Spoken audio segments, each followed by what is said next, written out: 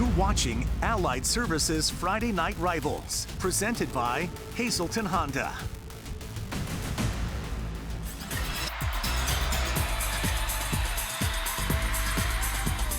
Welcome inside Scranton's Veterans Memorial Stadium. We're in Lackawanna County. Tonight, it's a Lackawanna Football Conference matchup, Division II, as Western Wayne takes on Scranton Prep. Good evening, everyone. I'm Bob Ide, and welcome to a beautiful night for high school football in downtown Scranton. Joining me tonight, as he always does, former Tunkhannock area coach Jan Secek. Thank you, Bob. Hannah O'Reilly will join us shortly on the sidelines. And this week, Jan, District 2 announced some of the playoff matches, and it looks like in Class 3A, which both these teams are in, might be on the ratings points, but only take the top two teams for a championship game. So this game, in a shortened season, even becomes more important. These two teams are undefeated at this point, Bob, and they have two great running backs. And it is, Bob, you said this is going to be key to their playoff run. Let's talk about Western Wayne. Great program Randy Wolf has taken on the last couple of years. They have probably the best running back we'll see in the area. He's our Toyota Spotlight player, and it's Zane Januszewski. Zane has rushed for over 2,700 yards in his career. He has 43 touchdowns. Last week, he had 233 yards and 4 touchdowns in the first half. Boy, that kid really likes to play football, doesn't he? He's wired and ready to go, Bob. For Scranton Prep, they have been the top of AAA up until Wyoming area last year. Looks like they'll be in the mix of things once again, and they have a great running back themselves. He's our other Toyota Spotlight player, and that's London Montgomery. London Montgomery came onto the scene last year like a lightning bolt, and he continues to run that way to help the Cavaliers be successful on offense. He had 3 touchdowns, and he's just exciting to watch. Couldn't ask for more beautiful weather for high school football, and let's check in the weather now with Allie Debicki from the Fox 56 News, first at 10. Hey everybody, I'm Chief Meteorologist Allie Debicki here with your Friday Night Rivals forecast for Western Wayne at Scranton Prep. You can see the call on the field. It's good, folks. For our forecast, we'll be looking at plenty of clear sky. It will feel cool out there. Temperatures for kickoff right around 60 by halftime, mid to upper 50s, very fall-like, but at least we're dry. We'll talk more about your forecast coming up at halftime, but for now, we'll send it over to the field. The Wildcats haven't beaten the Cavaliers in 21 tries. Is 22 their lucky number? We'll find out. It's Western Wayne and Scranton Prep next.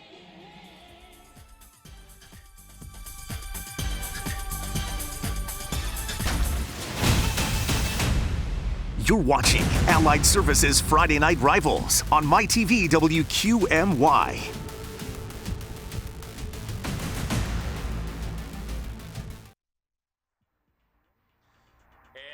Wildcats of Western Wayne trying to go to 2-0, followed by the home team, the Cavaliers, in their purple and gold. Welcome back to Scranton's Veterans Memorial Stadium, everyone, and another week of high school football and another spectator policy from the PIAA and from the governor's office. And to give us more on that, let's go down to Hannah on the field. It's going to be a great night here tonight at Scranton Memorial Stadium, but you can't get in unless you got your ticket ahead of time. They're expecting 750 fans from both teams tonight, along with Western Wayne cheerleaders, Western Wayne's band, and Scranton Prep cheerleaders. And we also saw a couple crazy Scranton Prep superfans, one of which we're going to talk to a little later. Now, whether you're watching us in the stands or at home on your TVs, we're excited for a great game. Bob and Jan, I think it's time for kickoff. That it is. Thank you, Hannah. Capacity here, they say around 12,000, so you give the percentage that the governor's office said, and you could have 2,100 fans here. I think we'll be close to that on a beautiful night for high school football. Scranton Prep won the toss. They want the football, so that means Western Wayne's Thomas Jernaski, number 88, will tee it up. And it looks like London Montgomery is deep, along with Christian Graniel to receive the kick, the Lackawanna College kickoff. And we're getting ready for a Division II game in the Lackawanna Football Conference.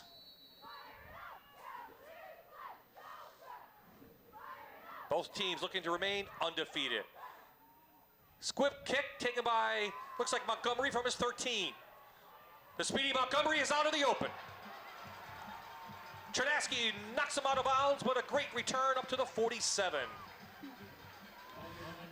Scranton Prep will be led by senior quarterback Patty Grady. Last week, he threw for 114 yards, 6 of 12, 3 touchdowns, and most importantly, no interceptions. That is key for any quarterback. He's coming out of the gates this year, trying to make a statement for the Cavalier offense.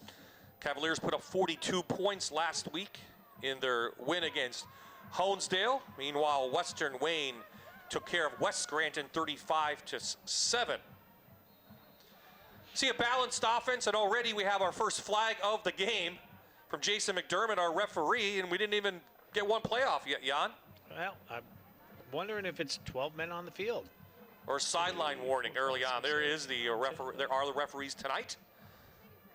So they're going to talk it over.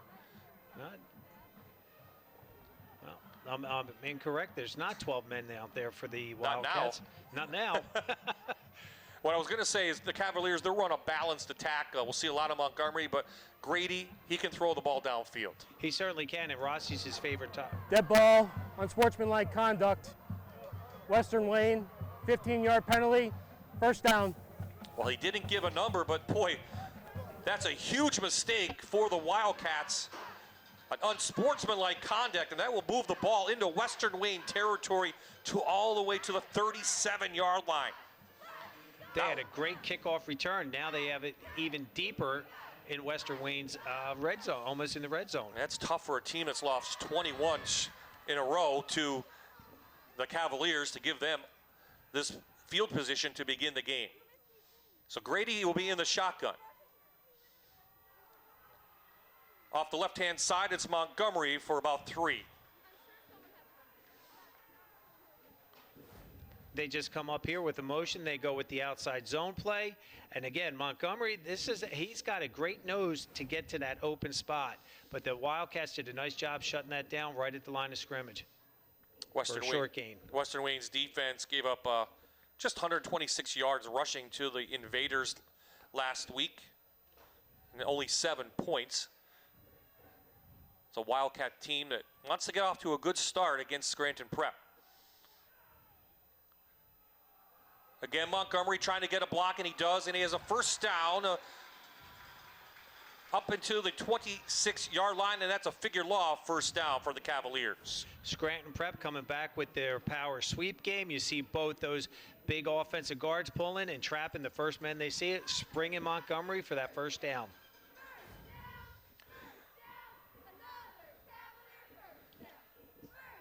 So Grady again in the shotgun. 2 sidecars. Montgomery and Mulligan goes in motion. Right side Montgomery trying to get to the corner. Almost tripped up again on the outside by DeRosa, but a nice 5-yard gain. Here are the Hazleton Honda starters. In the backfield, Golay is the fullback. Saw some of Grady, and of course Montgomery has carried the ball all 3 times. Rossi, watch for him on the outside. Last year he caught 5 touchdowns and 36 catches. Janello also is a great tight end.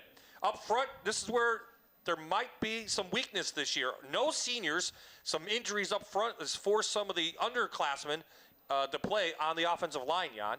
It gives these young men out there, these underclassmen, all that experience, especially in their type of offense that they run. Grady caught from behind. He coughs up the ball. Still alive. And they're going to say Grady was down, but he was taken down back at the original line of scrimmage. You'll see this. They just go back. He's looking downfield for his favorite target, Rossi. Good pressure there from the Wildcats, number 22. Forces that strip, but they did say his knee was down. Heads up, everyone's in there. And who was in there to recover for the Cavaliers was London. And Luke Januszewski, Zane's younger brother, was the guy who pulled down Grady from behind. So a 3rd and long now facing Scranton Prep.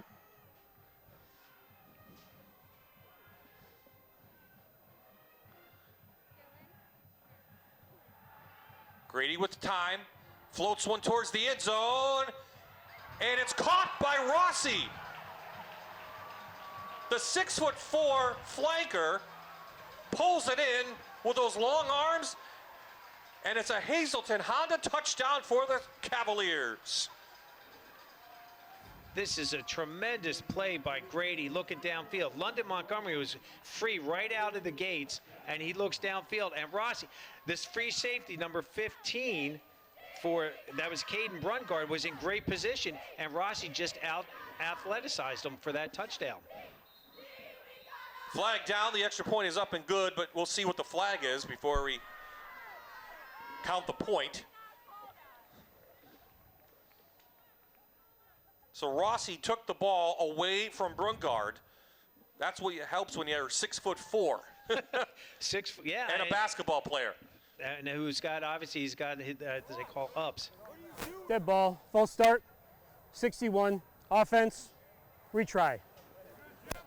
So we'll retry the PAT. It will become a short field goal, if you will. It will be placed at the 15-yard line.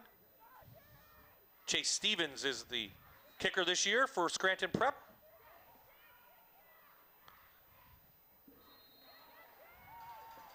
And it's no good. Off to the left-hand side.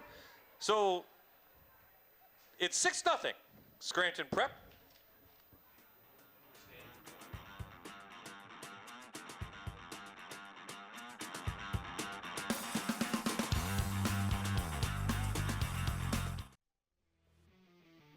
There you see some fans rooting on Scranton Prep, of course, socially distanced.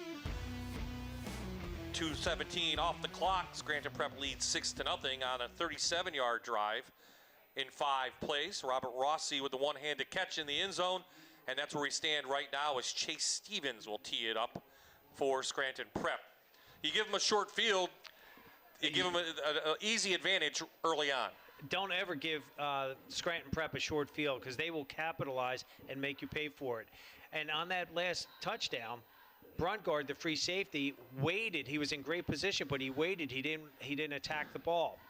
Lackawanna College kickoff will be taken by James Murphy from his 11. Murphy with some room up past the 25, and that's where Western Wayne will start their first possession of the game. So we'll see Caden Brungard, first-year quarterback for the Wildcats. He was 4 of 7 last week for 60 yards through the air. Caden is just, and talking to Coach Wolf at the beginning of the game, he loves this team, and he said Caden is a great athlete, and he's getting better in this short season. He really took to film study, and he's really being able to understand what coaches want to get done out there. We'll see a lot of 35 in this offense. 4-man front for the Cavaliers, and Januszewski gets the first carry, and he powers his way. And he's taken Cavaliers with him for 11 yards, and that's what we're going to see out of Zane tonight. Here are your Hazelton Honda starters for the Wildcats. Adam Silfies is the fullback, doing the blocking for Zane. Some decent wide receivers. DeRosa's in there, along with Smith and Chernaski at your tight end. And up front, pretty big, Coach. And just one senior on the right-hand side, and that's Julian Walk. Well, and that, you said that. They are very large up front. They average about 260 pounds across the board. So Zane will get 2 yards on that. You'll see this on the play. They go right up in the gut there. Again, they're just trying to establish the run. That was actually Silfies, 42. They snuck the fullback in there for us. They're going to try to keep them honest because, again, they're going to be keying Januszewski all game. So they're going to have to keep them honest, and they're going to pop that fullback in. Wildcats rushed for 323 total yards last week against West. Zane to the outside, but good job by Gianello from his linebacker spot to come up for no gain. Stop number 35. That's one thing. Scranton Prep is known for that tenacious 4-4 defense. Look at that read that Gianello has. That he just read that. The door opened, and he closed it shut quickly. Well, this is where the Wildcats don't want to be. 3rd and long. Only threw for 63 total yards last week. Well, they didn't have to really throw last week on the legs of Zane out there. But again, if you look at their tight end, Thomas Chernaski, he's 6'4", 220 pounds, so he's a big target. So Brungard from the shotgun. Looking for his first pass. No one open downfield. Good coverage from Scranton Prep. And the quarterback will be right back at the line of scrimmage, and it's 4th down.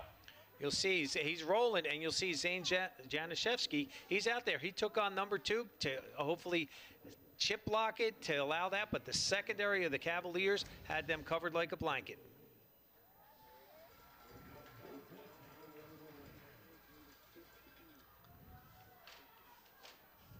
So big number 88 does the punting. London Montgomery will be back for the kick.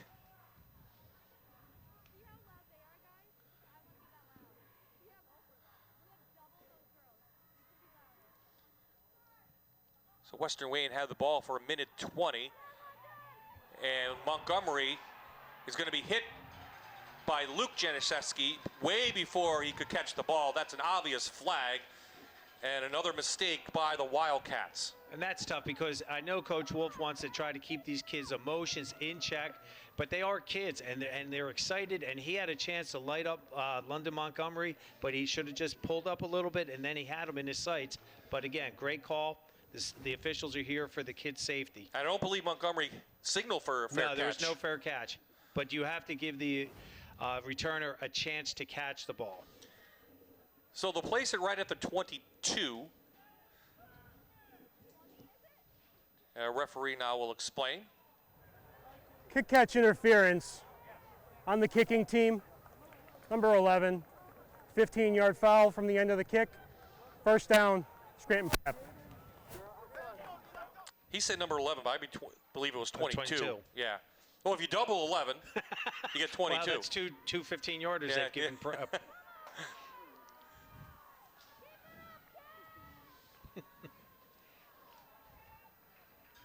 So another mistake by the Wildcats pushes the Cavaliers up past the 35, at least at the 37.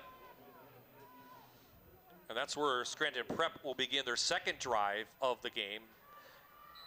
Already up 6-0.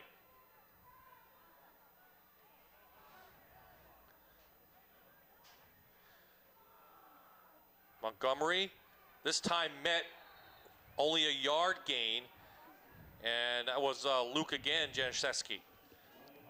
Take a look now at the Hazelton Honda defensive line for Western Wayne. You have Flood in the middle and Walk and Garino on the outside. Play a 3-4. Chinaski's one of the linebackers, and again, Zane in the middle. In his career, he has 248 total tackles, Coach, and there you see the secondary as well. So again, we said you'll see number 35 all over, and you will. He is a tremendous football player. He just loves this game, and you can see his enthusiasm. Grady didn't find anybody. He pulls it down, and the first man to hit him is Januszewski. So right back to the original line of scrimmage. Maybe a yard loss, actually, 3rd and long on the way. Again, here's Grady rolling to his left. He's looking. The Wildcats do a nice job with the coverage. Grady tucks it up, and there's Zane Januszewski with the first hit, allowing number 42, his fullback, Adam Selfes, to come in and make that tackle. Prep in a better position on 3rd and long than Western Wayne is. Grady, the more experienced quarterback. Let's see what he can do. Trips to the right. Here comes the blitz. Grady finds an open receiver right over the middle. Catch is made by Mulligan. 13-yard gain and a figure law first down. That was a great job by Mulligan to find that dead zone, or the sweet spot as they call it. He went right in between the zone coverages. Grady's getting pressure in his face, not once, but not twice. Unleashes it, and that's a great job to be in there to get that first down. Nice job, Mr. Mulligan. Brungard and Chinaski on the stop, and Cavaliers on 3rd down. Keep the drive moving up near midfield.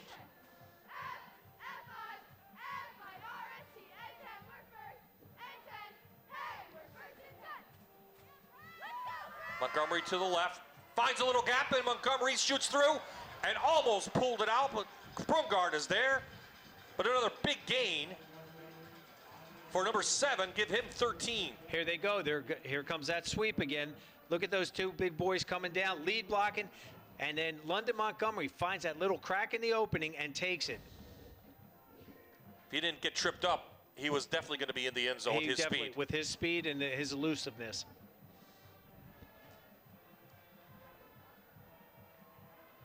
Two tight ends for the Cavaliers.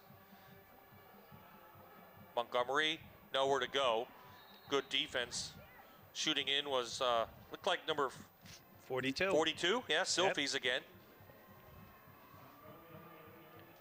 Again, the defensive coordinators right now, here you go. They know who to key on. Number 7 when Prep has the ball, and number 35 when the Wildcats have the ball. So as they go, that's where the defense is going to be flying to. Sooner or later, Grady's going to keep it out of that read option. And he might be open on one side or the other. Well, we talked about trying to keep Scranton Prep honest, and that's what's going to happen with Prep. They're going to end up running Grady, and everyone's going to be shifting towards London Montgomery. Well, that was an RPO on that one. Grady kept it and tried to hit Rossi, but it goes incomplete. 3rd and long on the way for the Cavaliers. Just about 7 minutes gone left in this first quarter. We're at Scranton Memorial Stadium. Nice to see some fans here. It's great to see fans and hear the band playing, cheerleaders cheering everyone on. It's just wonderful to be back here in Scranton Memorial Stadium for another Friday night football game.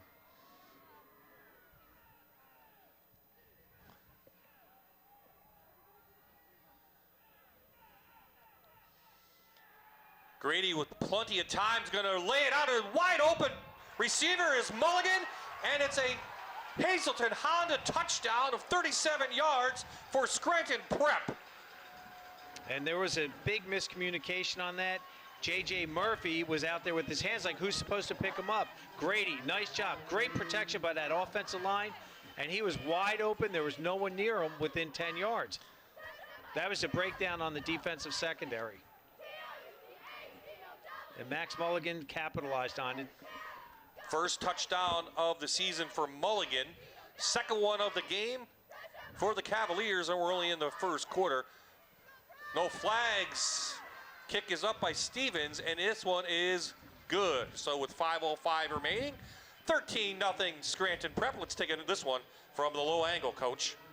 Well, here we go. I mean, that's a great view from our camera crew. He just looked back, and he said, there's no one there. And Patty Grady said, thank you very much.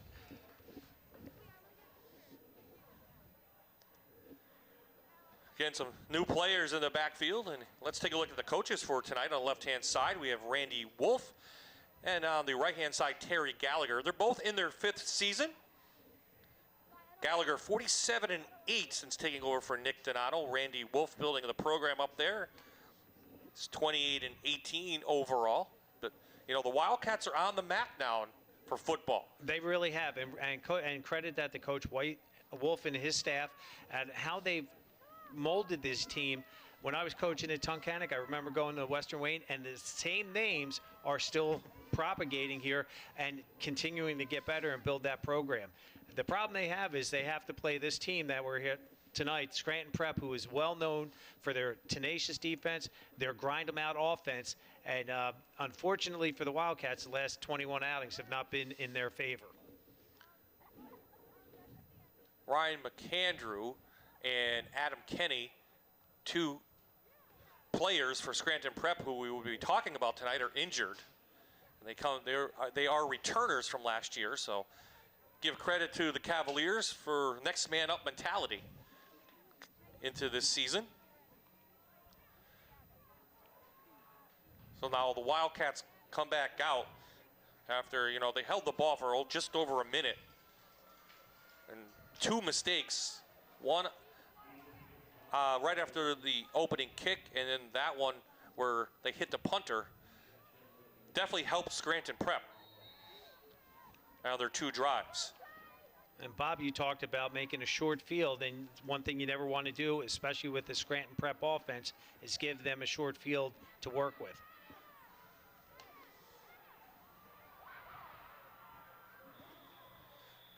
Nice return from Murphy, and we have an injured Wildcat down near the 26-yard line.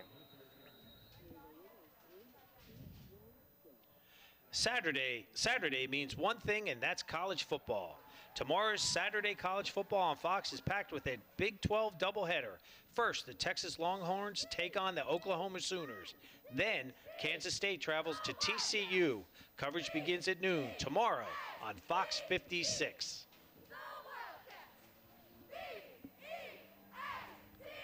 Prep's last drive went 7 plays, 63 yards, and now The Wildcats will take over at their own 35.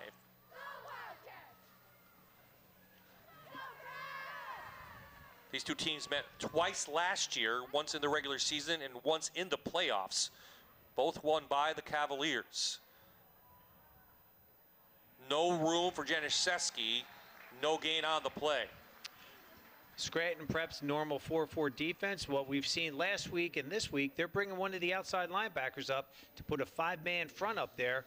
Now that's going to cause a little bit, not a confusion, but now you're taking the offensive line out of normal blocking scheme, and now that's allowing one more linebacker now to key on Zane.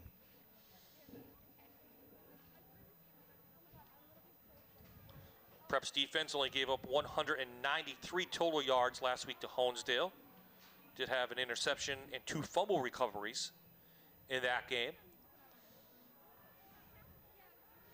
Brungard back to pass. Double move over the middle. He finds his big tight end. I'm not sure if he was supposed to be there. Pulls it out of the air. And a huge gain for the Wildcats into Cavalier territory to the 40. No, honestly, there's no way that they should have been running double posts like that. One of them's supposed to do a longer one, one's supposed to do a shorter. And you had 2 guys in the same area. But again, success for the Wildcats. That's what they need. Now they're in the Cavaliers' territory, and let's see if they can punch it into the end zone. Well, one thing watching the film last week, as you did, the secondary for the Cavaliers didn't play that well against Honesdale. Honesdale had some pretty good receivers back there, and they were testing to see what they could do. But Scranton Prep's defensive front 8 really shut them down cold.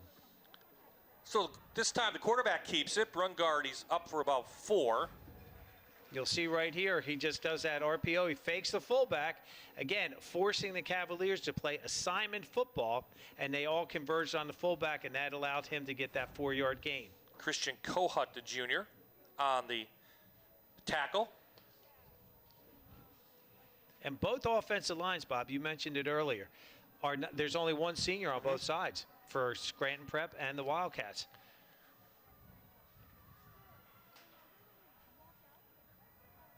Januszewski hit immediately behind the line of scrimmage. May have lost the ball. I thought I saw a flag come out. Maybe I was up here in the nosebleeds. It's hard to see. I don't think there was a flag. Maybe he just threw the white bag down. I don't know. Michael Golay, the 220-pound junior linebacker, comes up from the bottom, and it's going to be Cavalier possession on the fumble. Randy Wolf is like, what? Oh, we'll look at the replay and see what happened, but we know one thing, he got hit pretty hard. You're going to see that they had the overhang linebacker up top, and the 53 comes in, and a host of the purple jerseys come in, and the ball did come out. Drew O'Malley was the first man to hit him.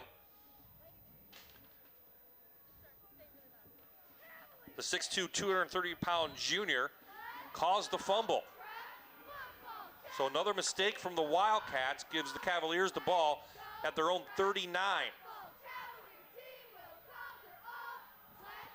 Out to Montgomery on the edge. He has speed, and he's taken down right near midfield, 1 yard short of the first down. Let's take a look at the fumble again. So as we get, this is great end zone view. You see the fullback goes out to kick out, but 53 was unaccounted for, and the strip comes in there. And I've talked about that week in and week out. That is something that defensive coaches will work on every single day, the strip drill, whether it's a punch or they pry the fingers. And you can see how these kids are now trained to do that. First man comes in, wraps, second man comes in for the strip. Dead ball. Personal foul, number 15 on the offense. 15-yard penalty from the end of the play. Second down. So an unsportsmanlike going against number 15 for Scranton Prep is Christian Graniel. Not sure what it was after the 9-yard gain. Well, they set up that screen play to get London Montgomery one-on-one, and Brungard does a nice job bringing him down, wrapping his legs, taking out the strength of that running back. Will definitely probably happen after the whistle. So Prep now will be assessed the penalty.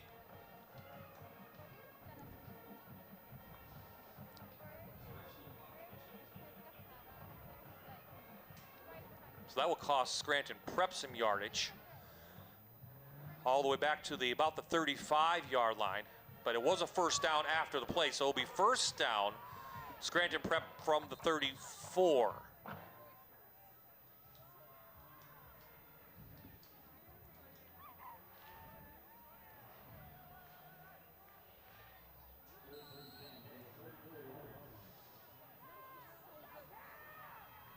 Wildcats hugging the line of scrimmage, 5 up front. Make it 6 off the fake. Grady looking deep. He's looking for his tight end, and he pulls it in. What a catch by Vito Gianello over the shoulder, and Chernaski is beside himself. Can't believe it happened next to him. Great concentration by the quarterback on this. His offensive line gave him time to throw. Great fake in there by London Montgomery. And he just lobs a nice one in there, right there. And again, the Wildcats, I think, are going to get a little bit frustrated going, I'm in great position. What else do I have to do?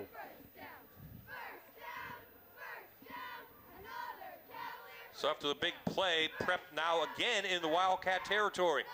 Grady again looking. He's got another open receiver. It's Mulligan, and Mulligan's going to walk into the end zone for a Hazelton Honda touchdown. Another breakdown in the secondary for Western Wayne. Max Mulligan's having a great game tonight, and it's still the first quarter.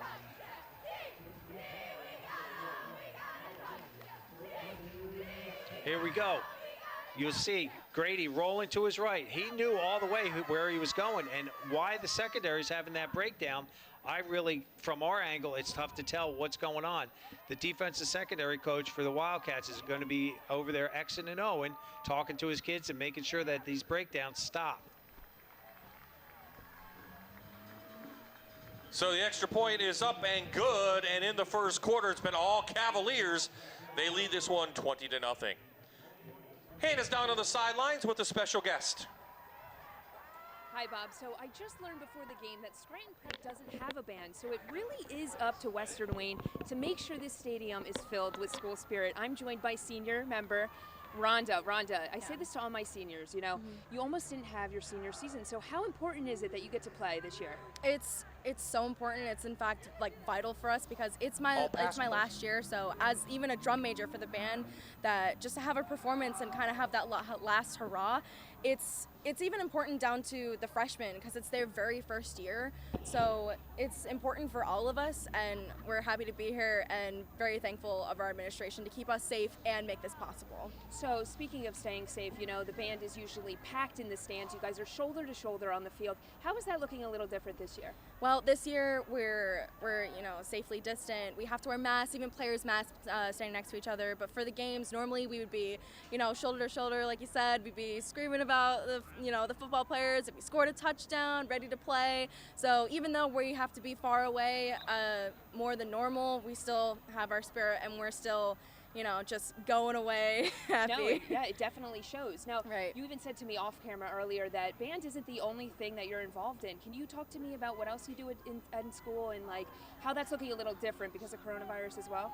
Yeah, absolutely. So I do choir, I do theater. Right now we're still looking into like theater shows. So normally for like my leads, we are still like thinking about and trying to decide, and so is our administration, if that will even be possible and as safely as possible it will be for us, and how they'll make those changes for us. In choir, you know, we still have to wear masks and we have to sing like distantly away from each other, but still have to be listening to one another. So it takes a lot more effort now, but we always put in that effort, and it'll always be that way. Well, Rhonda, I hope that you get to do whatever it is that you guys have planned for this season. I wish you the best of luck. Thanks for talking to us. Thank you. All right, Bob and Jan, back to you guys in the booth.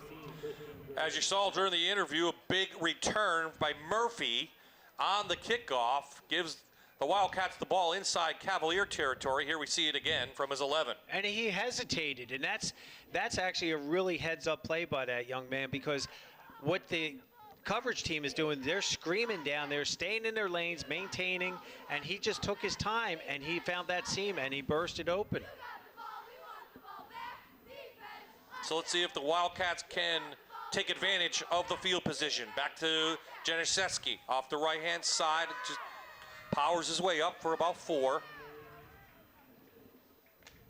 Western Wayne's not going to get away from running him as much as they can. When you have a thoroughbred in the backfield, absolutely not. I know it's 20-0. They're going to stay true to the course, and they're going to hand the ball to Zane. And as Zane goes, so do the Wildcats.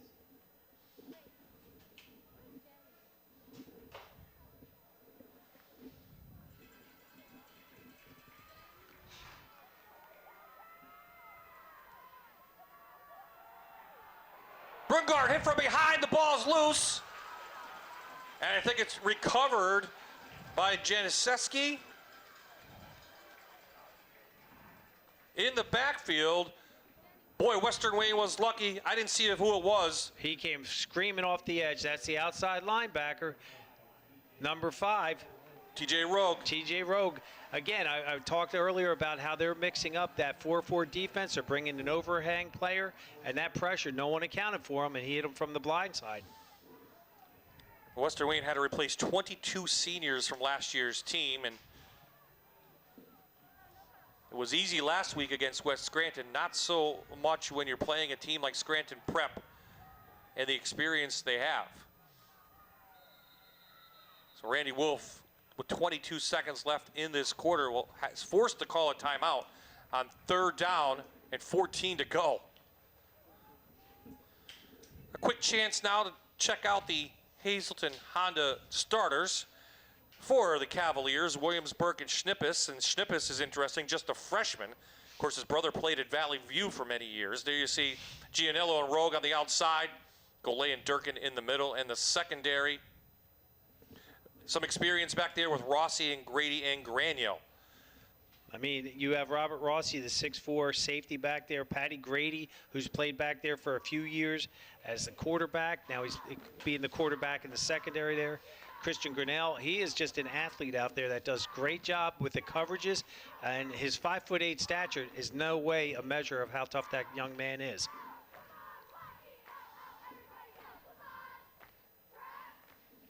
That linebacker crew for the Cavaliers, I'll tell you what, they're a wrecking crew out there. They're big, they're solid, and they're pretty mean when they get out there on the field. So let's see what they drew up in the Wildcat huddle. Figure this is 2-down territory. I agree with you. To get the 1st down.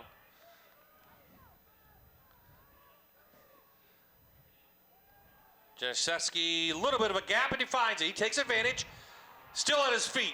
The senior towards the end zone. And he is in for a Hazleton Honda touchdown. What a great job. 3rd and 15, thinking that they're going to come out with the pass. I assumed that they were going to go with the fake ISO, so everybody would stack up on Zane Januszewski.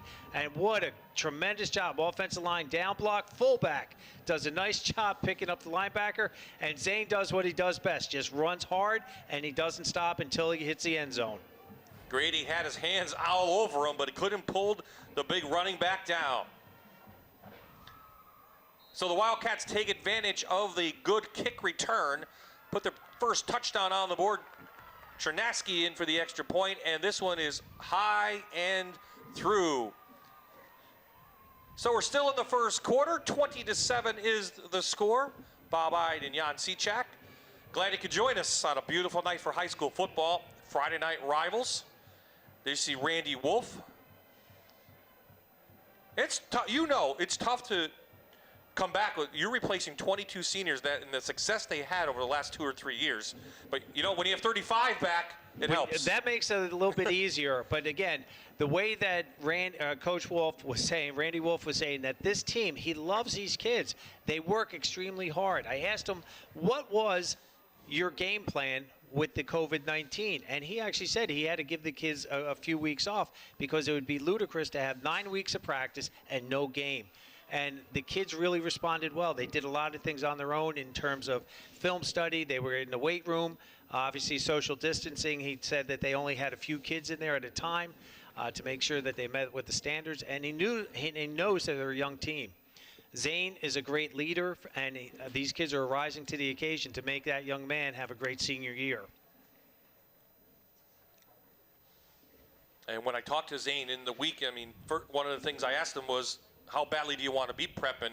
He was like, I'll play today. I'm ready to go.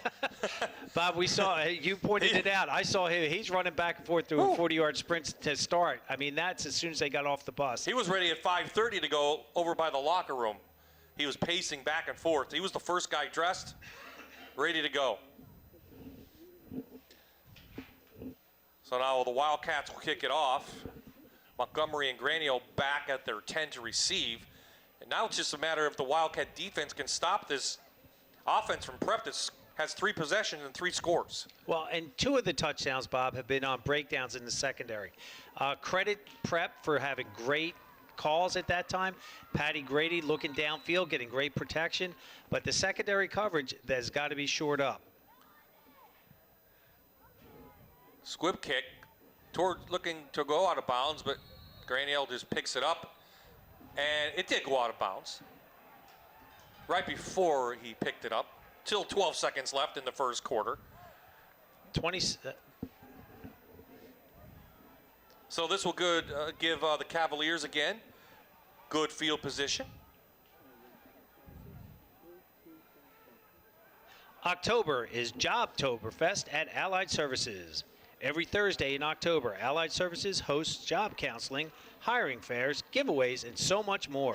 Learn all about the excellent career opportunities, including sign-on bonuses and benefits every Thursday. Get all the details at Careers at Allied Services on Facebook. I think Randy Wolf wants to maybe a replay on that. He thinks Granio picked it up before. No replay in high school football. No. Randy should know that. So the ball will go all the way up to about the 35. And didn't mention last time the drive officially went 3 plays, 61 yards for the Cavaliers. And that was after the unsportsmanlike. So, and all through the air. So I have Grady unofficially at 6 of 7 for 136 yards and 3 touchdowns. And that's only first quarter. First quarter. That's a first quarter. I mean, we still have 12.7 seconds to go in this first quarter. Well, we talk about how balanced they are. They obviously tried to establish Montgomery, and they did. But then they saw that the air game would be a little bit better as number 7 brings it up for about 4. And that should just about do it, Coach. We'll continue that thought on the other side. So very entertaining first quarter. 27 points on the board, and it's the Cavaliers by 13 over the Wildcats.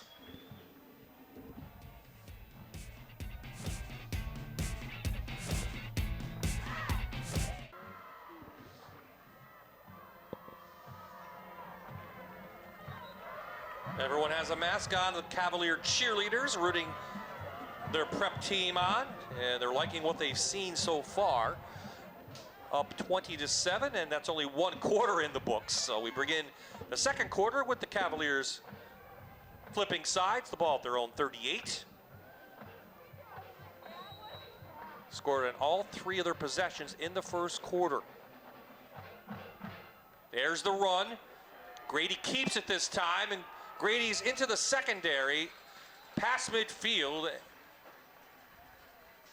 and a big 21-yard gain for the quarterback. Bob, you called this play earlier. You said they're going to come back to Grady. They go with the RPO. He reads it, kept it the whole way, and there was nothing there because everybody's keying on London Montgomery. Yeah, Julian Walk, a big senior tackle, couldn't grab Grady in the backfield and pulls off the big run. Montgomery trying to pick up some blocks on the short side of the field, picks up about 4. Like the way he waits for his blocks, looks for that little hole. He's very patient. You'll see here's the center guard pulling, leading the way for him. And then again, give the credit to Wildcats that time to only give up 4 yards on that play. They all shuffled. Again, it was to the short side of the field. I remember seeing the first game last season with Wyoming area, and you knew Wyoming area was going to be good. They really took it to Scranton Prep. And you're like, who's this number 7 kid? Where did he come from? Where did he come from? As a freshman. As a freshman. Well, people know who he is now. This time he's hit right at the line of scrimmage. I mean, last year he ran for 762 yards, 8 touchdowns. He averaged 5.4 per carry. Again, he's a special young man, and he's only going to get better. Right there on the replay, number 52 does a nice job stopping him right at the line of scrimmage for no gain. Sophomore Kyle Guarino, who had 2 total tackles last week.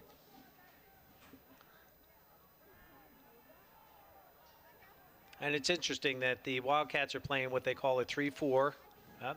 Prep comes out in their 4-man stack.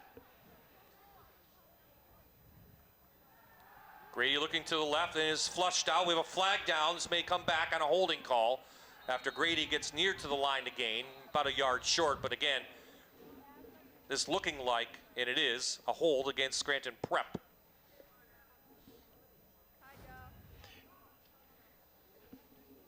There you see number 61 for Prep, Burke. Again, Prep, two series now, they've come out with a different formation that we haven't seen. They came out with a 4-stack diamond.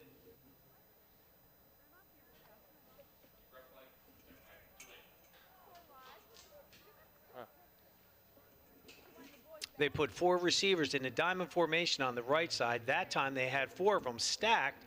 And again, that's when you go into a stacked offense like that, you're trying to confuse your defense. And again, usually how you break that is the cornerback will take the first receiver, jam him, hopefully into the second receiver, and then that allows the other corners or the strong safeties and free safety to come over and help. So this should help Western Wayne. They don't want to give up a first down, get this ball back. Big rush put on. Januszewski takes down Grady. First sack of the game for number 35. His second of the season.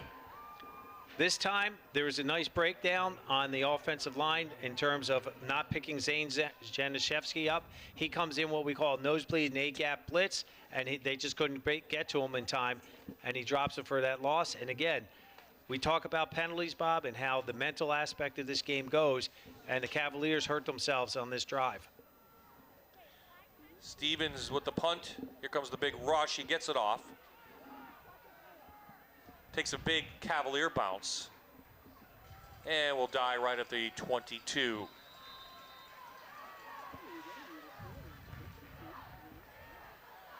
For more than a century, Lackawanna College has been changing lives. Now you can earn your bachelor's degree from a respected school close to home with the most affordable tuition in the region. Apply today at lackawanna.edu. New classes start October 22nd.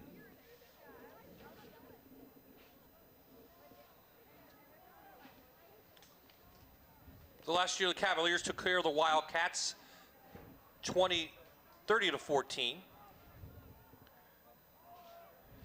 in one game and 21-10 in the other. So pretty close. Januszewski, he finds room to the outside. He's still going and taken down by an ankle by Graniel, but a huge gain for the senior running back from Western Wayne. Wildcats go with like an offset formation. They put the fullback on the line of scrimmage, and then they pull a backside guard to trap it, and now that gives them that extra man, and Zane does what he does best. He runs for that freedom, and again, I talked earlier about number 15, Christian Grinnell, how tough that kid is, and he was hanging on literally by a shoelace.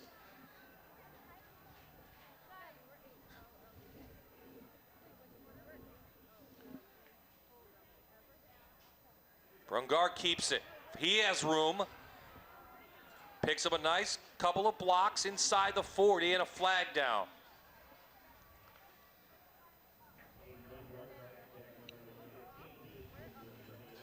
And looks like Western Wayne will be guilty of this. All right, so we got illegal block in the back here. All right, so we got 10-yard foul from there. 10-yard foul from there. We're going to Okay, so we're going to go there. 10 yards, replay first down, right? Number 11? 10, thank you. Illegal block in the back. 10 on the offense, 10-yard penalty, replay first down. Well, there you see the good communications between the referees, as we could hear it. To make sure they get the right call right. Let's see if we can pick up the well, it's right hold. there. As soon as as soon as number 10 for the Prep beat number 10 on the Wildcats, he should let him go release. But again, he's tough. He's trying to hang on to him, and he did push him from behind. That's Tim Smith for Western Wayne. Guilty of that. That backs it up to the 49. Still first down, though, and 16 call it. Prep read that one right from the snap on Januszewski, about 1 yard. Looks like Jimmy Burke in there. Jimmy Burke and Michael Golay, the 6'2", 220-pound junior, shut the door on that trap for the tailback on Januszewski.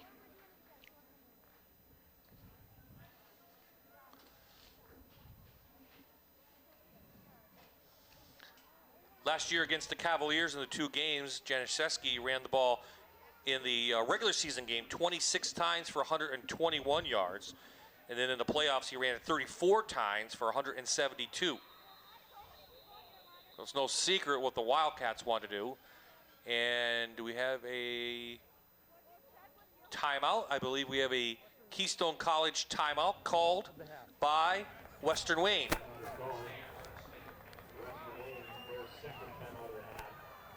7:55. So second timeout taken by Western Wayne. So as lopsided as the first quarter was, you almost feel like some of the momentum has switched back to Western Wayne. And again, the Western Wayne Wildcats were in this situation when they scored. And the keys to the game now, again, slow the Prep offense down, which hasn't happened, and they are still trying to establish a run. Zane Januszewski, he had that nice touchdown run, so they're keying him. And that last, again, they ran that inside trap with him. They're trying to do different things to try maybe to slow the inside linebacker reads of the Cavalier Prep defense down.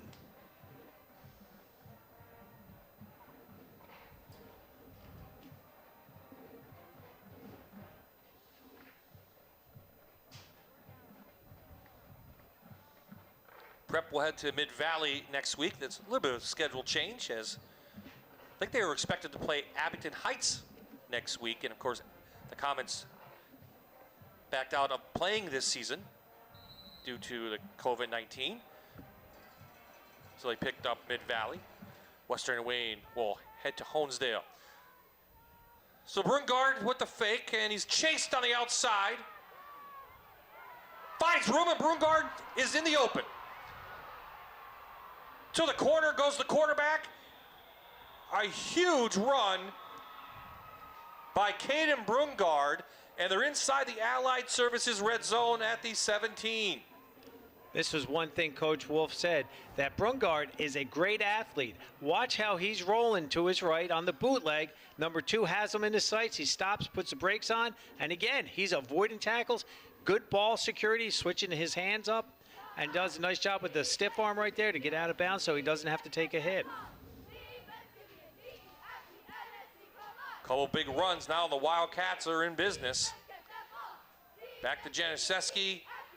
Breaks a couple tackles. They'll give him yard loss back to the 20. Brought down by Vito Gianello.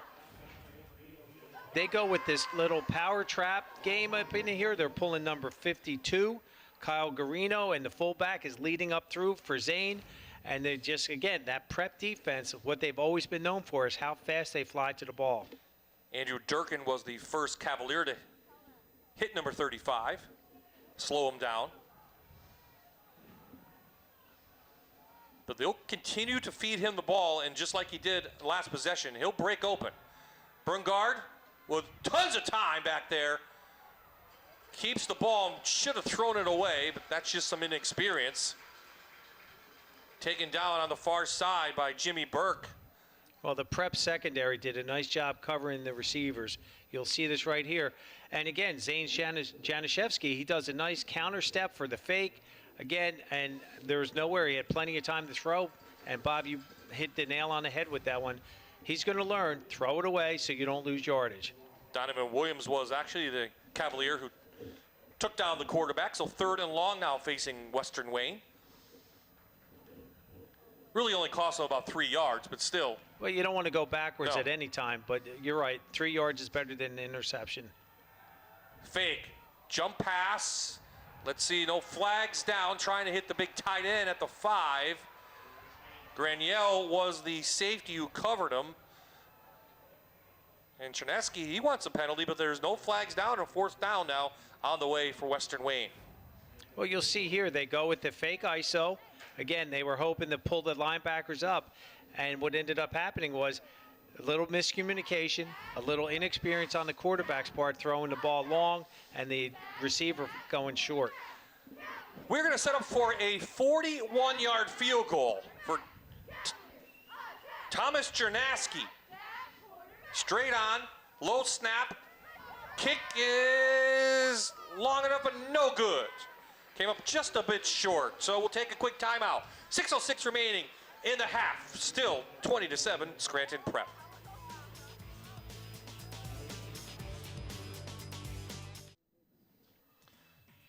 We're back at Scranton's Veterans Memorial Stadium.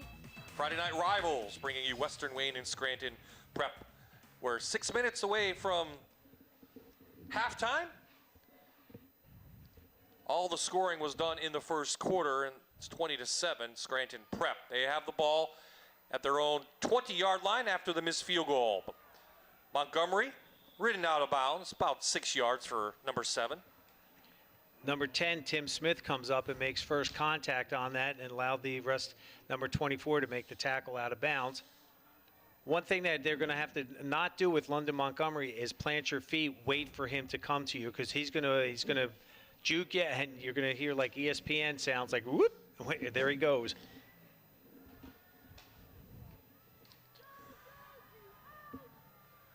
Two tight ends. Montgomery finds a little gap, and he's going to be up for a figured law first down.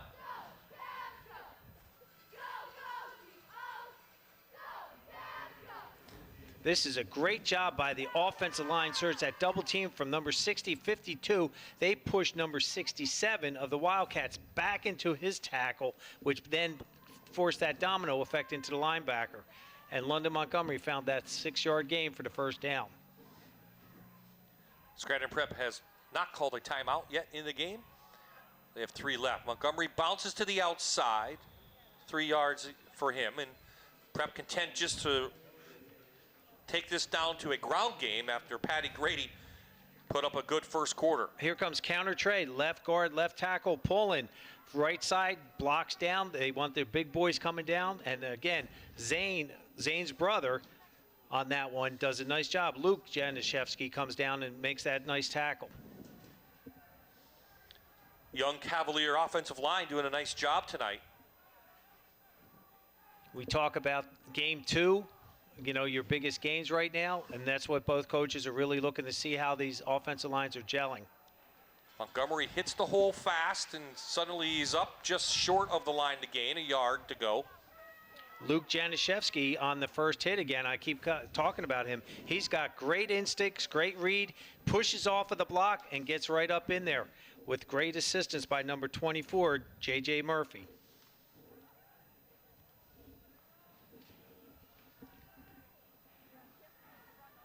Jaseski, number 22, with 3 total tackles and a sack a week ago. And back to Montgomery in the line for the Cavaliers, pushes past the 40. Well, the Cavaliers went with an unbalanced line on that side to the left side. You'll see that. And again, they just overpower, getting a great block. They didn't have to, they only had 1 yard to gain, and they got it. Zane Jaseski almost got there for Montgomery in the backfield. But the quickness of number 7.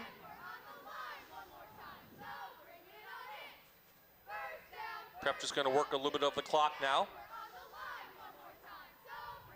Up there is Jaseski, flips, hits Montgomery in the backfield, and he tumbles over for 2 yards. Zane does a great job, again, penetrating and blowing up that A-gap. No one got a hand on him, and he actually slapped at Montgomery's feet to knock him down for that short gain. If you're the Cavaliers' offensive line, you have to know where number 35 is. That's going to be the key, because both sides of the ball, But no, Bob, you're right. That offensive line, they're getting better, but there's a lot of meat that they have to move up front. Grady, plenty of time going long to Rossi, and he's got him wide open. Again, a big play through the air, and it's a Hazelton Honda touchdown for Scranton Prep. This time, Grady to Rossi, 43 yards. Well, number 11, Jaden DeRosa, who's only 5'9", trying to cover a 6'4" kid. But the problem on that was he let him get behind him. And Patty Grady saw that and took advantage of, again, another miscommunication in the secondary. Take that back, 57 yards on the pass play. So Stevens in for the extra point again. They lull to sleep with Montgomery, and next thing you know, it's a big play through the air for Scranton Prep. And boy, we talked about the offensive line. Grady had plenty of time for Rossi to get downfield. Again, for young men that are just stepping in to play this offensive line, a junior, sophomore, and another junior. Here's the touchdown again. Great fakes. You see how they keyed on London Montgomery. That freezes the linebackers. But secondary has to remember, number one rule, no one gets behind you. And again, I give Robert Rossi, great job getting behind and staying true to his pattern. Speaking with Randy Wolf in the week, he said in the first game last year, he didn't know how good Grady was. Well, then, Grady came out in the one game and was 6 of 10, 170 yards and 2 touchdowns. Well, Patty Grady is showing just how athletic he is. And again, patience and how having experience at that quarterback position really pays off. He was just so cool, calm, and collected back there. It was like, thank you. He found it and threw a great ball to him. So Western Wayne had opportunities in the second quarter to take advantage of field position. They couldn't. Just one score. Next thing you know, it's the Cavaliers who strike back. Couple scores. So next week we'll be at Wyoming area. They will be taking on Lake Lehman next week, and the Warriors are leading the undefeated Crestwood Comets 13-7. Good game there. Riverside, we saw them last week against North Pocono, and Riverside looking for their first win of the year. They're leading North Pocono 13-7. Dunmore's 14-6 at the half over Mid-Valley. Stevens now ready for Lackawanna College kickoff.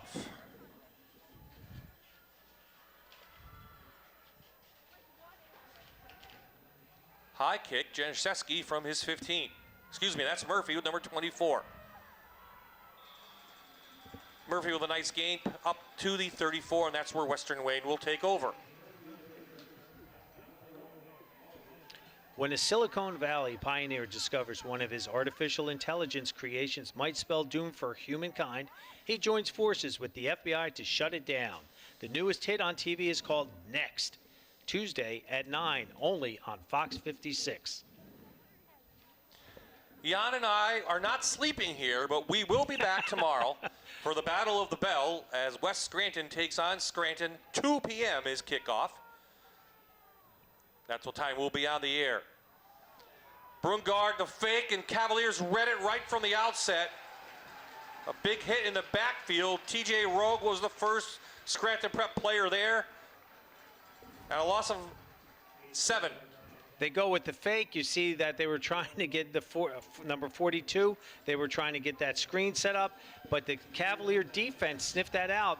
Again, when you're running a screen, the offensive line has to at least block for a 2 count. There was no count that time. They just had 3 guys right in his Brungard's face the entire time. Make it an 8-yard loss. Well, the Wildcats are not built to get back in this game by throwing the ball. You're asking a first-year quarterback to do that, and that's a really difficult situation to put him in. Back to the bread and butter, and he just bounces off somebody and goes right down. Loss of 1 by Januszewski, and I think that was big Jimmy Burke in there, 280-pound junior.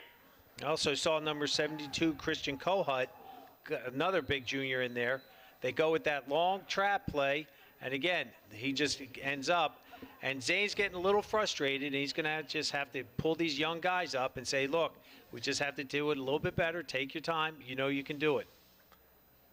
Scranton Prep calls the Keystone College timeout, trying to get the ball back, build on their lead. They won the opening toss, and you would think most teams say deferred, especially a defensive-minded coach like Terry Gallagher is. No, he wants the ball, and it paid off because they took that early 7-0 lead. He has confidence in his defense, and he knew to stop the Western Wayne Wildcats was to shut down Zane Janishevsky. So he said, you know what, I'm going to look to my offense. You guys, we need to score, and we need to score quickly. Well, the Cavaliers ended up with 20 points in the first quarter, all through the air, as Paddy Grady has exploded, and we'll check his numbers at the half. But I don't remember many incompletions from him, maybe just the one. Thank you, Marty Myers from the Scranton Times-Tribune, in the booth with us. He's our silent partner this evening. He is. Keeping us on the straight and narrow. We appreciate that.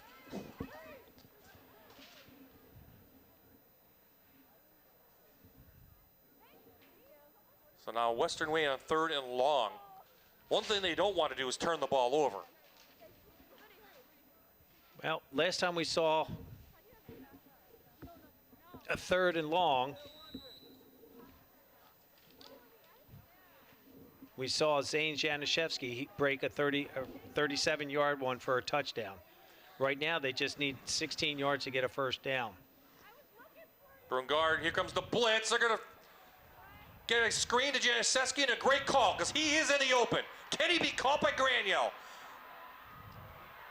Makes one move and is finally tripped up all the way down the field by Andrew Durkin, but a huge play from Western Wayne, and that's what I saw them practicing this week was that screen pass.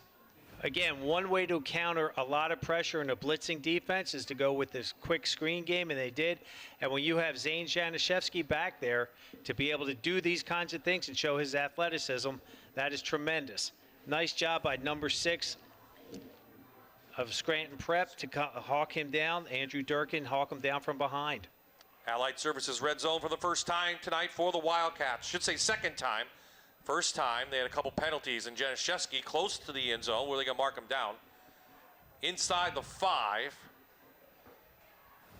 They go with the power I formation. They pull the backside guard to get the extra man up in the overlap.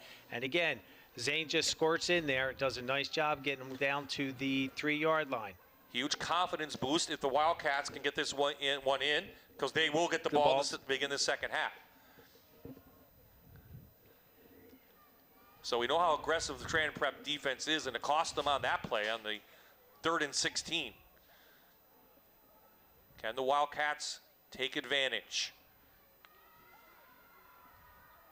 Big push by the quarterback, and he gets some help from behind, which is legal, and it is. That's a Hazelton Honda touchdown for Western Wayne. You want to talk about giving your offensive line a boost of confidence by calling a quarterback sneak at 2nd and 3rd at the 3-yard line, and to be able to do that, get that kind of surge, says a lot of confidence in Coach Wolf and his offensive line. Great job. And then the running backs come in, and it's just a big rugby scrum for that touchdown. So Western Wayne marches 66 yards in 5 plays. Jernaski on for the PAT. It is up and good. So it's back to a 13-point lead for the Cavaliers. And what the big play, the screen pass. But let's take a look at the touchdown first. Again, a great offensive line series. We always talk about an offensive line's demeanor. Again, you want to have your pad under their pad, and the defensive line stood up. And again, they were a little high on that one, but credit Western Wayne's offensive line coach to make sure that those kids had their pad level down and they got a great push, and the quarterback does a great job. Talk about how important 3rd down is. There's 2 third downs. Like Janishevsky had the big run for the touchdown, and then he had the big screen pass, both on 3rd down tonight. And we've seen that over and over again. Teams get into that 3rd and long, and they kind of, I don't want to say rest on the laurels, because that's not what the Cavaliers did. It was just great play calling and great athleticism by the Wildcats on those 2 third down plays. I know that will bother Terry Gallagher a lot. You can see him already with his head down, giving up that big screen pass. And again, the Wildcats have given up 3 touchdowns on broken down secondary coverages. So the woulda, couldas, and shouldas. So 2 timeouts remaining for Scranton Prep. Let's see what they want to do. Again, the Wildcats will get the ball. And coming up at in the Toyota halftime report, we'll have a news report from the Fox 56 News First at 10, which you can watch at 10 o'clock on Fox 56. We'll join our friends from Allied Services and talk about what they do. And then Hannah will talk to both coaches and let us know what they have to say about the first half. That is coming up in the Toyota halftime report.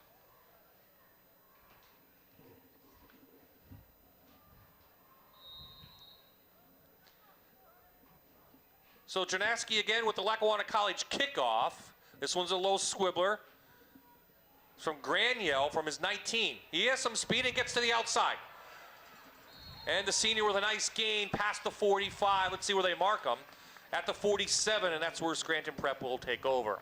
So this is an important game. We talk about district standings. We'll take a look after the replay, Coach. They do a nice job forming that hole to allow JJ to come up here, or JJ Murphy is the one making the stop on Grinnell right there.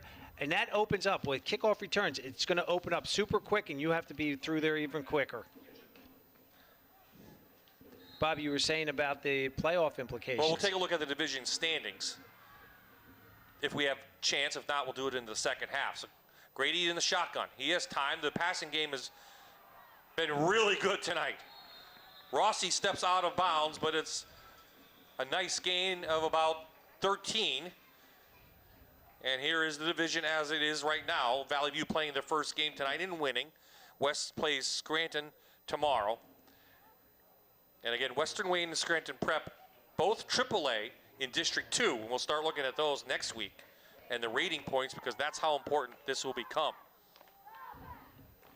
So Grady now 8 of 9, 220 yards in the first half and 4 touchdowns. Here comes the blitz. Grady steps up, pulls it down, has to hold on to the ball. He almost lost it. And we'll have a timeout quickly by the Cavaliers. Well, I always said that Coach Gallagher is really aggressive on defense, and he's going after it with less than a minute left in the half, trying to tack another one on, take that momentum away from the Wildcats. And Bob, you just said, Patty Grady, the only thing I would criticize on that is ball security. Tuck it up and go. So it's a Keystone College timeout. Now Terry Gallagher has to watch with Patty Grady. They lost their backup quarterback to an injury. So they brought up a freshman who's never played before. So Grady really the only quarterback on the roster for the Cavaliers with any experience. Rossi can do that a little bit if he needs to. Well, again, Coach Gallagher and any coach, you're going to not protect your quarterback. You're going to let him play, and that's what they've got to do in order to be successful by the end of the night. Keys to the game for Luzerne, from Luzerne County Community College for Prep. Win the turnover battle. They're doing that right now. Run the ball, it's obvious, and stop the run. Well, and then the other one we didn't know about was they were going to pass the ball very successfully in the first, especially that first quarter. Bill Pasqualiccio, the offensive coordinator, doing a nice job mixing it up for the Cavaliers. He faces now a second down. Grady out into the flat. It's Mulligan. He has a first down and more, is out of bounds about the 22. Max Mulligan brought down by Jaden DeRosa. Again, very patient back there is Patty Grady, but he's getting a lot of time and a lot of credit to that offensive line to give him that time to throw the ball. You'll see he's checking off 1, 2, 3, went through his progressions. And again, number 1, Mulligan just came across with the drag, a short drag, and gets a first down.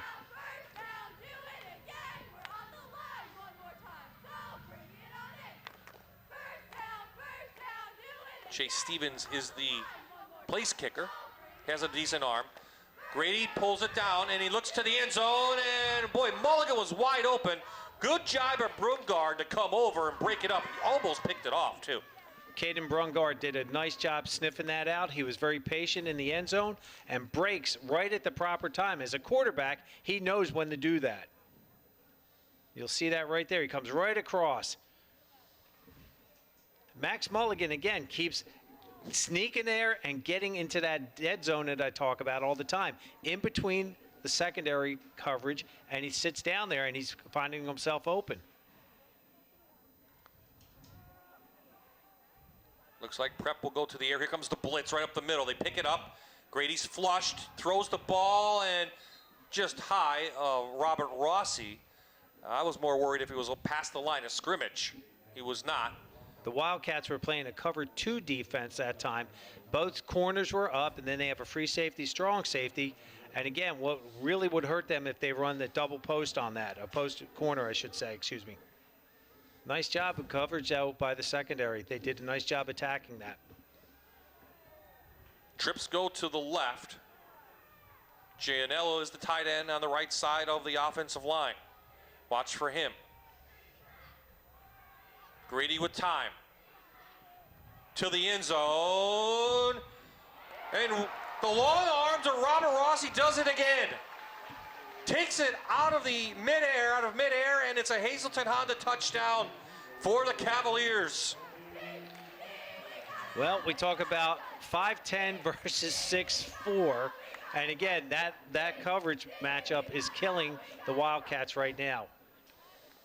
You'll see that he slips behind him again, but that's great coverage. He really did, and it's just a mismatch in height. I think it was Tim Smith, wasn't it, in 10? Number 10 it in was, there. number 10, yep.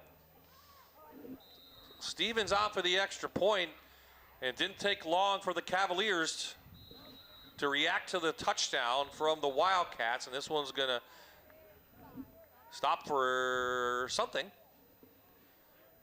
They only took 40 seconds down to get that touchdown. Prior to the snap, false start, number 6, offense, 5-yard penalty, retry. So for the second time tonight, Stevens will be forced to kick it from his 15.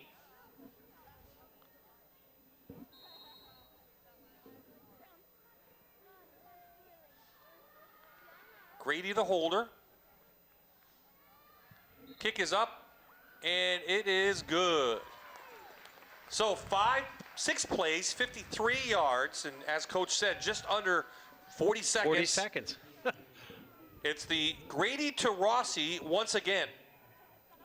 And again, I feel, my heart goes out to Tim Smith. He's got great coverage. You have the position that you need on him. And again, Rossi just being a physical specimen, just grabbed up right up over the top of his head for another touchdown. Western Wayne fans are thinking, wow, we had him within 13. And next thing you know, the Cavaliers' high-powered offense strikes quickly. And now with 15 seconds left, the Wildcats probably just going to take a knee, and they'll take the second half kickoff. Well, one of the keys to the game that Coach Wolf had was to try to stop this high-powered Cavalier offense, and they haven't found the success yet with that. And I said earlier, the secondary coach has got to talk to his guys and say, look, can't have breakdowns, and we're going to have to play a little bit tougher, maybe have to switch to get our taller guys on their tall guys. Well, it's not too early to talk about playoffs, and the way it's looking, it will be a championship game in District 2, top 2 teams. Well, right now I can think of 4 AAA teams that have a chance.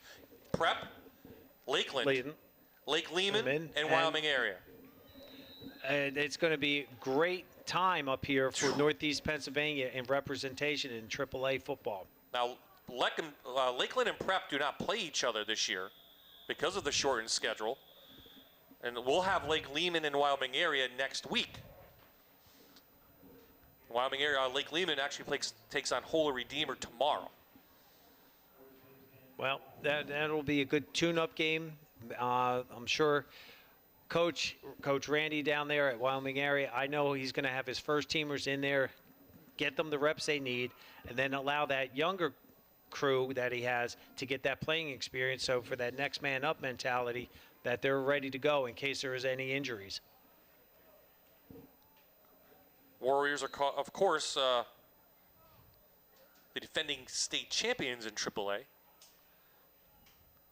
And then Western Wayne, the last play of the first half, takes a knee.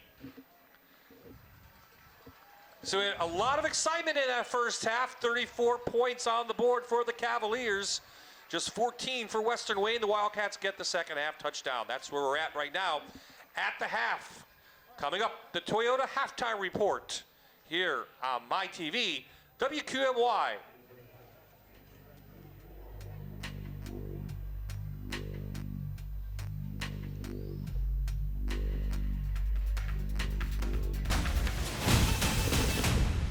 You're watching Allied Services Friday Night Rivals on MyTV WQMY.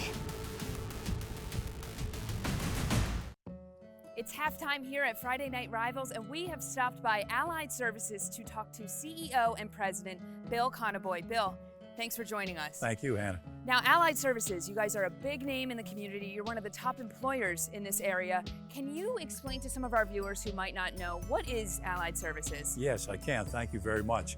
Allied Services is a regional post-acute healthcare system. We do business in about 25 counties here in Northeast and Central Pennsylvania. We have 2 inpatient rehab hospitals. We have several skilled nursing facilities, personal care homes. We do home health, we do in-home, we do hospice, we do mental health, behavioral health, we have a vocational training center, etc. We do everything that's in the post-acute care arena of healthcare. Now, some of your employees have worked here 30, 40, almost 50 years. What would you say makes Allied Services a great place to work? Yes, we have, as you said earlier, we are one of the largest employers here in the region. We have just about 4,000 employees. And I'm here myself almost 30 years, and I'm still considered a new guy. So I'd like to think that it's the atmosphere, the collegiality that we have here at Allied Services. People genuinely care about each other. They've watched each other's children grow up. They've experienced good times and bad times, but they stick together, they care for each other, and most importantly, they respect each other and those we care for. Now, elephant in the room, coronavirus. It's thrown a wrench into everybody's day-to-day life, a lot of jobs. What is Allied Services doing to kind of get over those hurdles of the pandemic? Yes, we've been in the thick of it, again, particularly in post-acute care. People come to us from acute care hospitals. And of course, this has been part of the problem with the spread of COVID-19. So we've been in the thick of it. We've had many, many cases. And we've been at the front line with PPE, personal protective equipment for our employees, screening, etc., separating people. And we've done a lot. We're very proud of the work that we've done. We've brought many people from the beginning through successfully coming out of COVID-19. So we're in the thick of it. The storm is kind of quiet right now. We're hoping there's not a resurgence in our area, but we're very proud of the work we've done. So whether it is injury or an illness, Allied Services is always helping people get back on their feet, and we want to thank you guys for what you've done in the community. Thank you. We're honored to do the work we do in our community. Thank you, and thanks for being here. Thank you.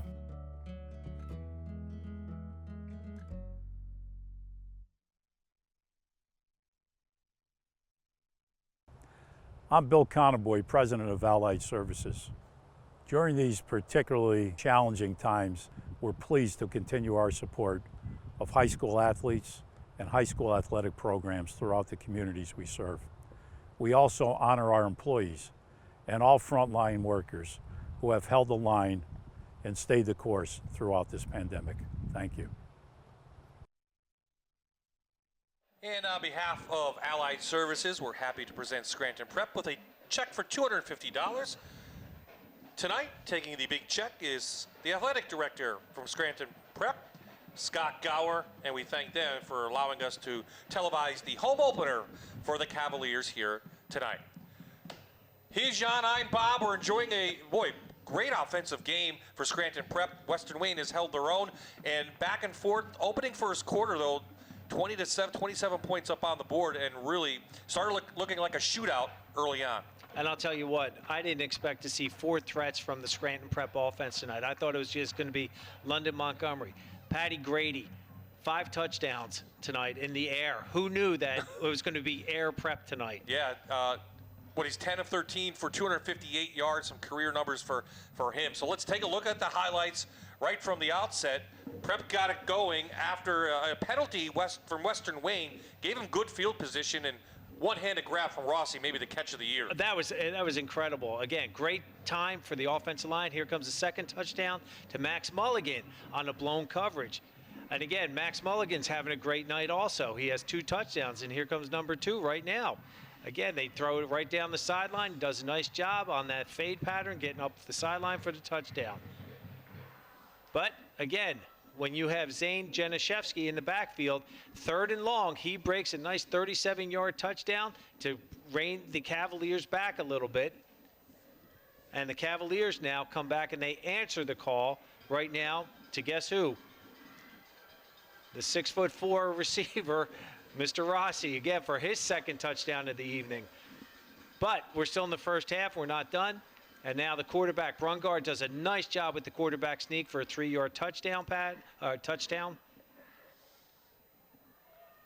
And right before the half, Rossi gets another touchdown, reaching over to the back of Mr. Smith. Right there, look at that. I mean, great position, the back of the end zone. Number 10's getting like, what do I have to do? Grow. I mean, 5'10" nice. versus 6'4". There's just too much of a height advantage there for them. Well, both teams scored with, less than 90 seconds on the clock at the end of the half. So we'll take a quick timeout. Second half kickoff on the way. No.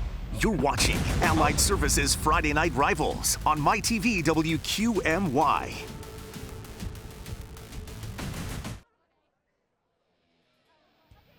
We are back, Scranton Veterans Memorial Stadium. There you see Scranton Prep stretching out before we start the second half. Some numbers.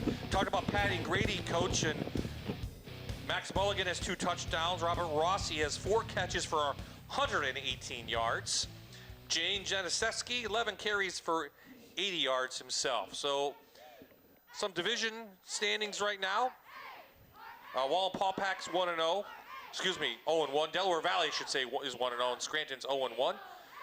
Right now, Delaware Valley and Wallenpaupack are on the field playing. And last week, Del Val had to do a schedule change, and they brought I'm drawing a blank. I know LaSalle from Philadelphia. LaSalle from Philadelphia. I knew it was one of the Catholic schools down there that came up, and they're a perennial powerhouse. And again, Coach Olsemer really is that type of guy, being a Penn State grad, that you want to play the best so your team will be the best. Of course, we'll have Scranton and West Scranton right back here tomorrow at 2 o'clock in the 30th meeting for the Battle of the Bell. Scranton won last year's game pretty easily. I know West Scranton has suffered some losses off the field with their quarterback, so we'll see what their new coach has in store for his first time on the sidelines. Coach Rishnak taking over at West Scranton. There you see some of the crowd here. About 1,800 tickets were available. I don't think that many were sold. All in pre-sale, though. No walk-up tickets here at Scranton Memorial Stadium. That same thing for tomorrow's game in the Battle of the Bell. And what's neat about that is it is a pre-sale, and that means the fans will want to get here, so they had to purchase those tickets early. And again, we're trying to stay within the guidelines of the COVID-19 with the governor and just do that social distancing so that the moms and dads and just the basic football fans can come and enjoy a great high school game. We mentioned next week we'll have Lake Lehman, Wyoming area, and the Warriors are taking on Crestwood tonight. The Comets undefeated. Well, the Comets just scored, and it's 14-13 Crestwood. So a good game in Mountaintop. So the Lackawanna College kickoff by Stevens goes down to Murphy again from about his 14. We've had some nice returns by both teams tonight as Robert Rossi drives him out. And good field position for Western Wayne to take over in the second half. Changes for the Wildcats you want to see in the second half? Sustained drives right now. This is a great job with the return. Again, patience in the backfield by Murphy there to get him up to the 40-yard line, which is a great area to start your second half drive. They just have to get some drives together. The penalties have hurt them, though. Again, they get themselves in that 3rd and long. And on 2 of those plays, they've been very successful, 1 for a touchdown. Back to Januszewski. He gets the corner. He's tough to take down. Nice gain of about 13 for Januszewski in his first carry of the second half into Cavalier territory. Januszewski on this one, they just run the outside zone. They're trying to stretch it. It's also known as a stretch zone. So they're going to try to get him one-on-one with the cornerback as opposed to running inside that meat grinder of that 4-4 defense that the Cavaliers have. They'll keep them honest. Every once in a while, they're going to pop that fullback in there too. I just need to read over this one time, and then I should be good. So Caden Brungard is the quarterback. His first year, he hands it off to 35. He almost busts through. Dragged down by Vito Janello, the linebacker for the Cavaliers. You'll see on this, it's a counter trade, the backside guard tackle. That's Thomas Flood and Kyle Garino leading up inside. They didn't bring it out wide. They're going to try to attack that soft zone in that 4-4. I say soft zone. That's what they call it, but it's really not with the Cavaliers defense. How about Janello last year? 123 tackles as a junior. 2 sacks, interception. One of those was for a touchdown. So number 8 for Scranton Prep on the tackle, picking up where we left off last year. Going to try RPO, and it's actually going to be a run by Brungard. Up for a yard. Brings up 3rd down. Okay.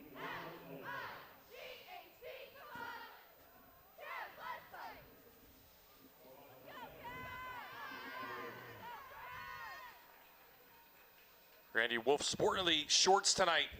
Gotta like it. It's great football. It's not that cold out. I mean, you know, I give Coach a lot of credit for that. Again, a couple of his guys on staff, and we know Western Wayne has its own temperature zone out there, Oh, well, their they own do, weather yeah. pattern. Yep. Power eye on 3rd down. Janishevsky finds the gap, and he's taken down by a jersey up to the 21-yard line. 16 yards for Zane. This is just a great push. This guy, again, we know Zane Janishevsky, how good he is. And he told me at the beginning of the game when I was talking to him pregame, he wants to play the best defense and show that he can play his position excellent against a great defense. Well, the offensive line came out of the locker room with some authority and with some aggression, blocking for Zane. And he give it to him off the left-hand side. Prep is right there. And Hannah had a chance to talk to Randy Wolf as he came out of the locker room. What did the coach have to say, Hannah? 14. So I talked to the coach about what adjustments he plans to make with his team in the second half. He says his team's biggest challenge against Prep has been that their team makes great runs and his team just didn't adjust as well as they needed to. He says his team needs to focus on not putting the ball on the ground, avoiding penalties as best they can, and making sure to cover Prep's wide receivers.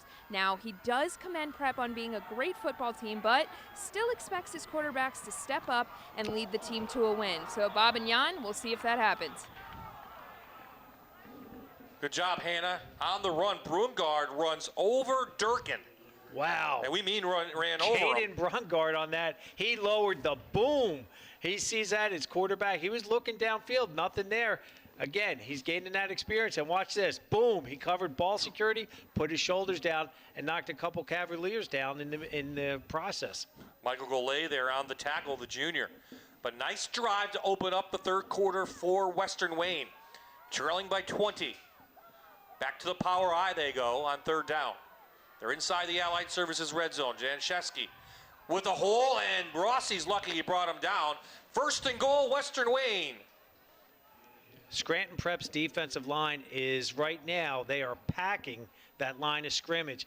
And the advantage right now goes to Western Wayne. They're getting that and allowing Zane Janishevsky to pop open and do what he does best. Well, if you're Zane, you want to be into the secondary. It's going to be hard for those guys to take him down. Oh, it is, because the physical mismatch, just how strong he is. And Coach Wolf was just singing his praises, how tough he is, and more importantly, how hard he works in the weight room. Power eye again. Janishevsky trying to bounce to the outside. Montgomery up and takes him down. Nice play by London Montgomery on the defensive side. Loss of 1 on the play. We haven't heard London Montgomery's name being announced, but right there, he does a great job taking that stretch away from him. And good tackling, wraps his arms around the legs, allows nowhere. Well, it's smart. He doesn't want to take him on the upper body. No. I mean, people used to try. I think Herschel Walker was like that, and Earl Campbell. Yeah, you couldn't tackle him from up top. Earl Campbell's thighs were as big as my waist, and we're talking really large waist. Allied Services red zone again. Sneak it to Murphy. And he is in for a Hazelton Honda touchdown for Western Wayne.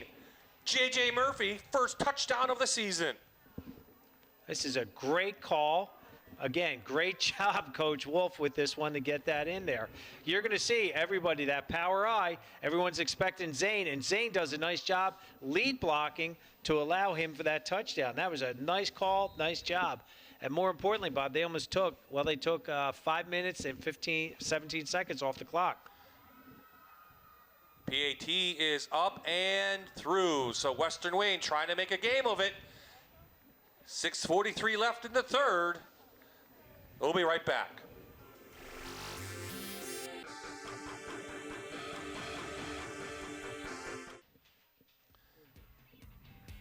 We're back. A beautiful night for high school football. There you see Scranton High School behind us. We're at Veterans Memorial Stadium. And 9 plays, 58-yard drive for Western Wayne has cut the lead down to 13 again. Number 15, and Christian Grinnell. Grinnell. He looked like he just got a cramp. Yeah. Hopefully it's not a hamstring, but he's moving pretty good, so I think he just got a calf cramp. Well, the kick is out of bounds, so that will give Prep good field position for their first possession of the second half. And they only punted once in the first half, Coach. Scored 5 touchdowns, 1 missed extra point. Western Wayne now has to turn their attention now to defense. How do they take care of this passing game so far? Well, first they have to have solid secondary coverage, because we said 3 of the touchdowns were blown coverages. And again, I'm not taking anything away from the athleticism of the Scranton Prep offensive receivers core, but when you have breakdowns, it makes it very easy picking back there.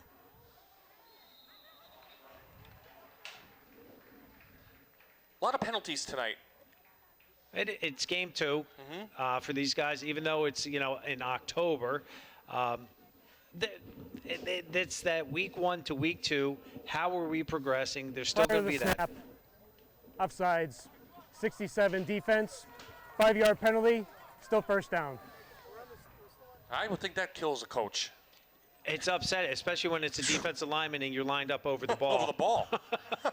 And I coached defensive line for a long time, and it drove me crazy. Can't give Scranton Prep 5 easy yards, and that's what they did. Back to Montgomery. He had himself a nice first half as well. He bounces through. London Montgomery up for a big gain into Wildcat territory. 20 yards for the sophomore. Well, we said we haven't mentioned his name. Now we're coming back. They're going to go to the ground game. And again, London Montgomery. Look at that offensive line surge. They're at the second level, which allowed him to get that 20 yards or 22 yards. Yep. That was a figure law first down for Scranton Prep.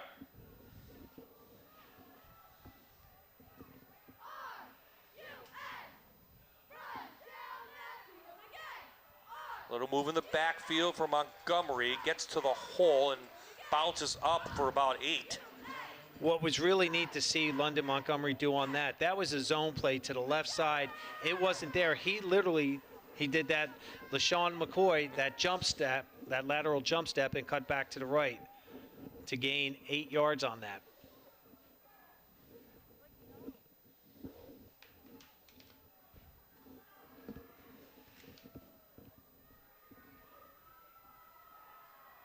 Clock continues to roll in the third. Wildcats putting like 8 guys on the line of scrimmage. And Luke Januszewski with the tackle, but it's a figure law first down for the Cavaliers. Again, he's just bouncing. There's a lot of penetration. There's nothing there on the offensive line. He just bounces to the outside, London Montgomery. And again, Luke Januszewski is having a great night. He's seeing a lot of action at that outside linebacker position. 3 tackles and a sack last week. Prep on the move again. They haven't thrown the ball. It's been all Montgomery. Stood right up by guess who? Number 22 again. Like I said, that young sophomore is having a banner game tonight, again, against a very good Scranton Prep offense. Does a nice job. They're trying that inside now, inside zone, and he sniffed it out, and he was just solid with his tackling. Reminds me of the way Prep had the ball at the end of the first half. at one of their possessions, not the end of the first half, but they ran, and the next thing you know, they threw the ball over the top. Trying to lull you to sleep, and that's where I think that secondary was falling into trouble. That was the Rossi long touchdown. Trips to the left now. Grady to pass that way. Good job by Western Wayne as they get the ball out to Rossi. Zane Januszewski with the stop, just 1 yard on that. He does a tremendous job coming from that middle linebacker position to sniff that out. Watch him attacking downfield. Great wrap, and again, with a 1 yard gain. Rossi down. This may be cramp again. What we didn't talk about Zane is what he's looking at for the future. And, you know, he's listed at 5'11". I think he's a little bit smaller than that if you look at him. He's 195. He has some build. PSAC school's really interested in him. They really are. And I tried to get out of Zane which schools specifically, and he didn't want to say, and he did say some of the smaller Division Ones were coming at him. But he's very good in the classroom, too. He's an excellent student, and that's where, again, Coach Wolf said he's got 33 kids, and they're all great. They understand how important the classroom is and how important the weight room is, and more importantly, how we can be successful on the field. Let's go down to Hannah now with a special guest from Scranton Prep. Hannah? The Scranton Prep cheerleaders have been cheering their hearts out all night. You can see them here behind me. And I'm joined with one of their senior leaders, Mia Burke. Mia, how excited are you to be cheering for your 4th and final year? Well, obviously we didn't know if we'd be cheering or if the boys would have a season at all. So we are obviously very honored and feel blessed to be here today. But now this season's looking a little different, you know, with the masks and you guys aren't standing as close together. Can you talk to me about that? So at practices, we're taking temperatures, wearing masks, we're social distancing, and sanitizing all of our flags and everything after each practice. So it's very different from the usual season. Now, a lot of these guidelines, they kind of spill into the classroom. So what's it like being a prep student during these times? Well, with the capacity restrictions, we have half virtual learning and half in-class learning. So it's very different, but we're making the most of the situation. Well, you guys are doing a great job tonight. Thank you so much for talking to us. Thanks for having me. With your senior year. Thank you. Bob and Jan, back to you guys. I seem every time Hannah has an interview, we have some big play. Well, so another breakdown in the secondary for Western Wayne. There were 3 linebacker, corner, and an outside linebacker all looking at each other. Who's going to get them? What I really found interesting, though, was Granil was limping across, coming in motion. So, you know, but again, right there, number 8, Vito Gianello, has a nice touchdown because of a mental breakdown in the secondary. Stevens, the extra point is up and through. Yeah, I don't know if we'll see it, but yeah, Christian Granell went out with a obvious muscle. Here we go, another angle of this. Here you see it coming across, and then Grady finds a wide open tight end. And look, you see 4 defenders, white jerseys, just standing around looking in disbelief. And again, he wasn't the only one that was open on that play. Secondary over there, they're going to have a lot of work to do next week to try to correct this mistake, because any film that the Wildcats' opponents see, that's what they're going to start to attack. And Owensdale played well through the air last week against the Cavaliers secondary, so they're going to watch that film, and the Hornets will take advantage of the Wildcats on that through the air. But boy, good response from the Cavaliers. 6 plays, 65 yards. And here's what Scranton Prep, of course, their win last week. They'll take on Mid-Valley on the road, then back here at the stadium against West, and they'll end the year on Halloween against Valley View. And right now, we're scheduled to do that game. So we'll see. Of course, anything can happen in this era of COVID-19. And we talked earlier about the playoff implications of having such a short season. And I'm sure Scranton Prep would love to get those power points against Valley View at the end of the year. And West is a 4A and Valley View 4A. Yeah. So Stevens again with the Lackawanna College kickoff, has it teed up at the 40. Prep once again up 20. This one's going to be low. It is taken by an up man. Tries to shovel back. He can't do that. And the Wildcats will have the ball at the 25. Friday Night Rivals is sponsored by Hazleton Honda. We are the newest Honda dealer in Pennsylvania, selling and servicing new and used Hondas. Visit us or shop our inventory online today. Your dream Honda is waiting at Hazleton Honda. Saw Rossi go out too, maybe with cramps. We'll see if he's back in on defense. Graniel also had cramps. So we have a couple of new players in the secondary for Scranton Prep as Western Wayne takes over. They'll hand it off to the fullback Silfies for a couple yards. Well, again, they're going to try to keep them honest. And like I said earlier, they're going to feed that fullback every once in a while. More importantly, that last drive that the Cavaliers had only took about 1:42 off the clock. Oh, we have an injured Wildcat now, and that is the senior on the offensive line, Walk. There you see being held, and then he just gets rolled up on the back. We see that all the time with offensive linemen. And again, as an offensive line coach, you always tell you guys you want you to be moving, not standing around, because bad things happen. And hopefully Walk's all right. It didn't look that serious, but it hurts like a son of a gun. Here's number 61 coming off for Prep. Looked like he is having cramps also. Burke, Jimmy Burke, yeah.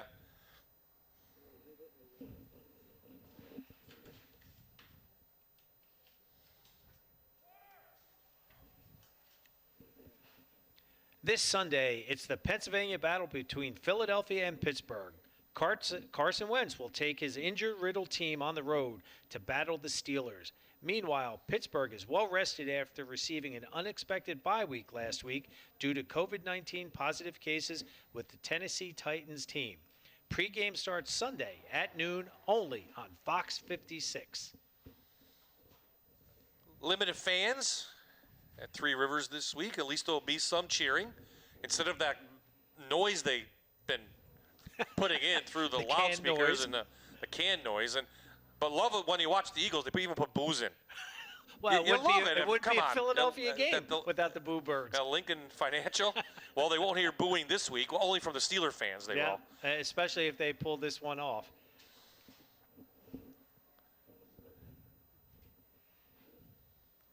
Another shot of our fans here. You know, again, it's really difficult, I think, for the fans. I know with us when we're wearing masks and when I'm in the classroom, it's really tough to wear that mask and speak and talk. But again, we have to do what we have to do. Trying to track down a score from Crestwood again. We'll get to that in a minute, but how about we check out the schedule for the Wildcats as Walk remains down on the field. Again, they'll head to Honesdale in the Battle of Wayne County. Then they'll host Valley View, and then they end the season at North Pocono. Julian Walk getting a good round of applause as he steps up and cannot put pressure on that right leg, and that's a huge loss for Western Wayne. The 5'10", 285-pound senior plays on both sides of the ball. And they were already banged up. They had number 54, Swingle, 5'10", 195-pound sophomore come in, and they had to move their starting center to the right guard. That would be Trutt. So now it'll be interesting to see next man up mentality that the Wildcats have.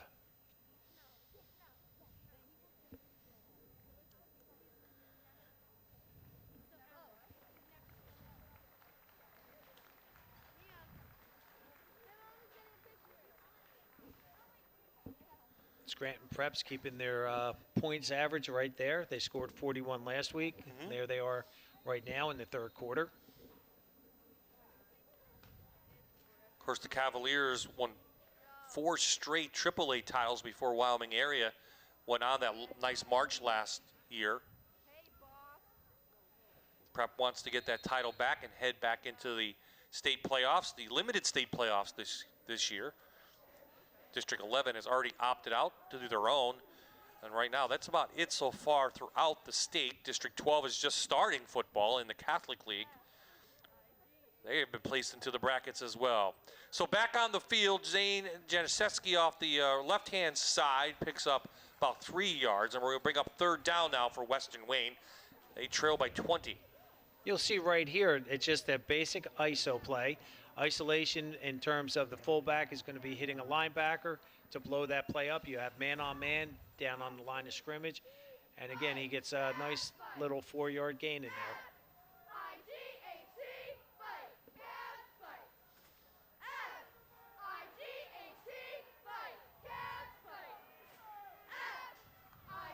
Christian Graniel back in. Over the middle.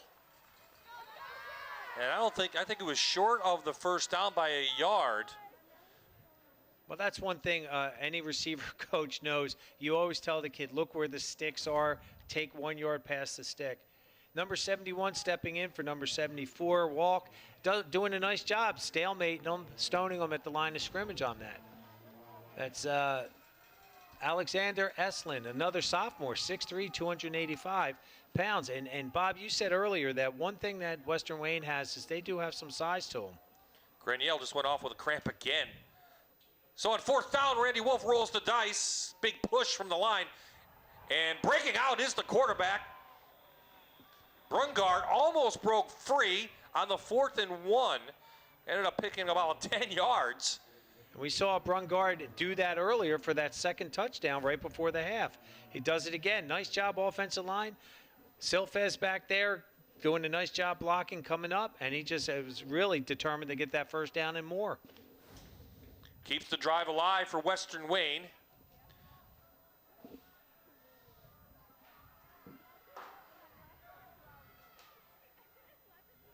Prep shuffling some defensive plays, and here comes the outside blitz, and they get him.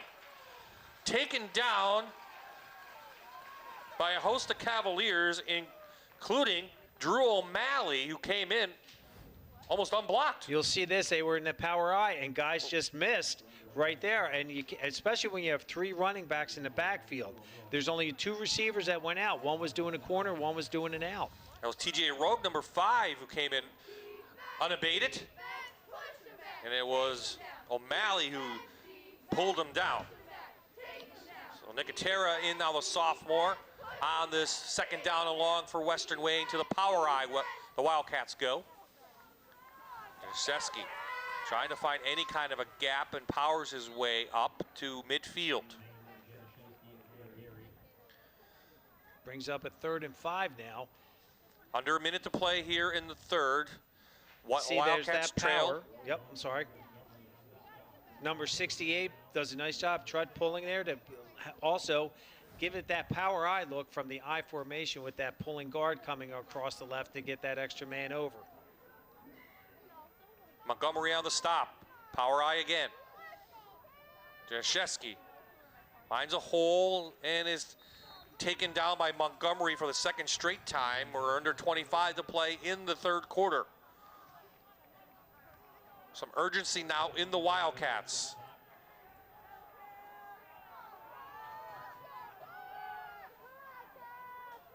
Brungard tried to sneak again. This time the Cavaliers read that one easily. And now we'll bring up 4th down. That will take us to, nope, clock is stopped. Not sure why on the run. Oh, they say it was fumble. That was, I think that no, was, that was fourth fourth down. They went with the quick count. They called 2 plays, tried to get it, but I think the disadvantage was I don't think the Wildcats were completely set either. They were just still getting set, the offensive line, and credit Scranton Prep defense for being ready for that quarterback sneak. My fault for reading the scoreboard, and they came up so quickly it didn't change. And when I looked back down, I saw the 4, but that was after the play. So Scranton Prep holds on downs, and they'll take over right at their own 46.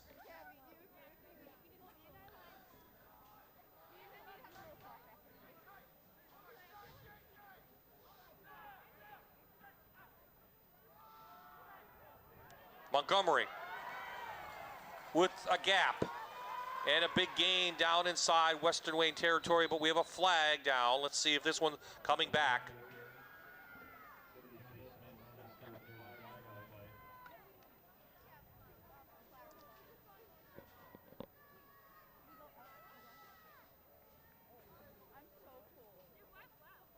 Well, they'll discuss it.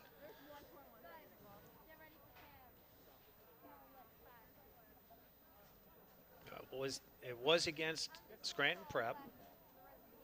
Now number 44. There are 2 fouls on the play, both against the offense.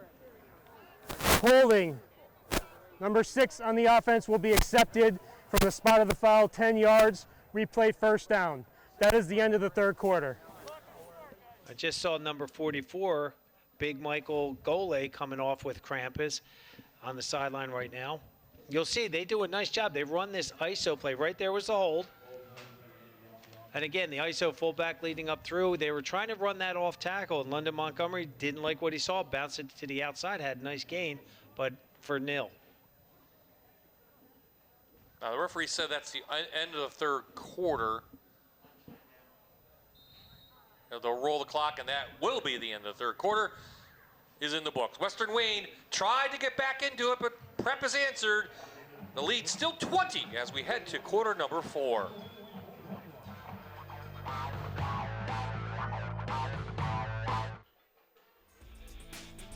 Socially distanced, the Western Wayne band, cheerleaders, and fans enjoying their night here at Scranton Veterans Memorial Stadium.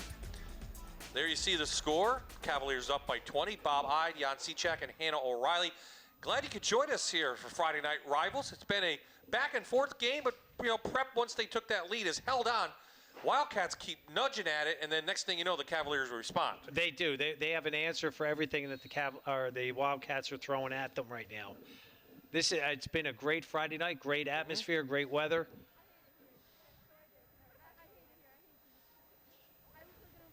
And a pretty good ball game. Linda Montgomery tries to bounce to the outside. After the penalty, the ball was placed back at the 36. And it's now second down after that gain. And right here's the replay. They go with that RPO. And again, London Montgomery just bouncing to the outside, trying to gain some of that penalty yardage back. Second down on the way. Rossi remains on the sidelines with cramps, as does Grenier, the other starting receiver.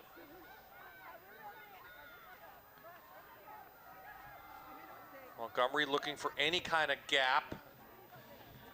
He shoots through back to the original line of scrimmage, so it'll be 3rd and 10 facing Scranton Prep.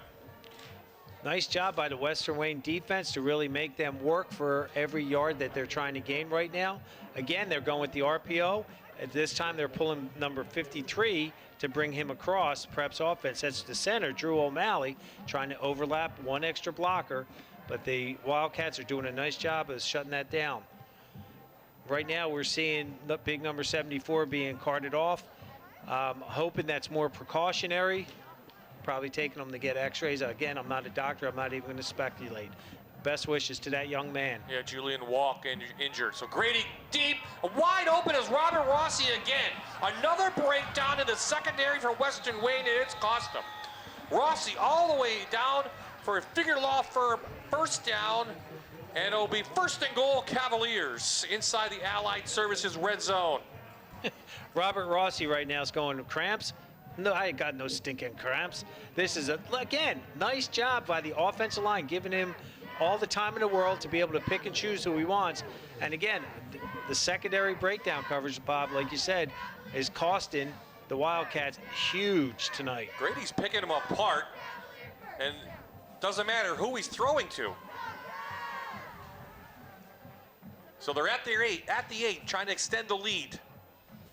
Rossi is back in, as I said, and as he caught the ball, this is Grady for a couple. Couple of players on the sidelines for Prep stretching out. Here you see it again. They sniff that out. They go with the quarterback keep off the RPO, the run pass option. And we said earlier, the only flaw I've seen from Patty tonight is his ball security. And again, he doesn't call his number too often, so that could be part of the reason for that. But I like how they're mixing this up. You're keying London Montgomery, and you keep the ball and trying to get something going. Well, I think the difference from last year is Grady last year was a first-year quarterback, and he would panic and run, so he had good numbers. This year he's much more, some more experience, feels more confident back there as Montgomery picks it up. And Bob, you said it, he has that experience, but now he has the patience and he has the confidence in his offensive line. Here we go with the RPO again, outside zone. And you'll see, again, that was a great offensive lineman job. I want to say it was number 60, Kellen Dalton on that, doing a nice job keeping his arms inside, his feet moving, and just getting in the way of the defender to allow London Montgomery to get to that outside. Guarino on the stop. Back inside the Allied Services red zone, Cavaliers.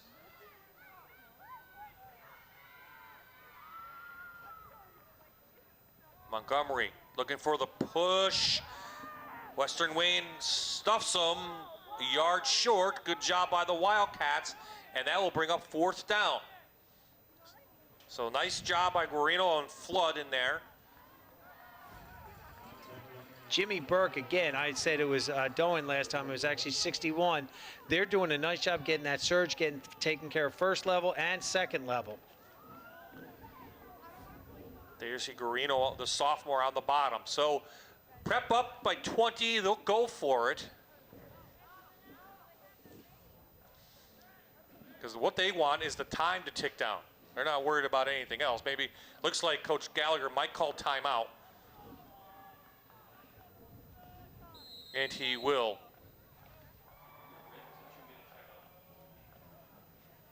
So with that, Keystone College timeout. We'll take a break. 41-21, 8:03 remaining in the game here at Scranton Veterans Memorial Stadium.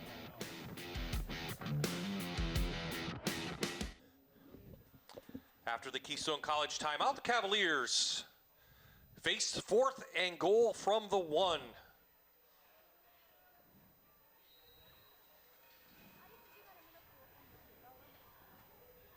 Montgomery puts his head down and he pushes through behind his big line. O'Malley, Nicotera, and Burke. And it's a Hazelton Honda touchdown for the Scranton Prep Cavaliers. Exactly 8 minutes remaining. We have a flag coming in late. It's a little drawing down on the field. It was definitely after the touchdown, though. Number 52 for Western Wayne came in, made contact actually behind the line of scrimmage. That was Kyle Guarino, excuse me. And then there's just no support.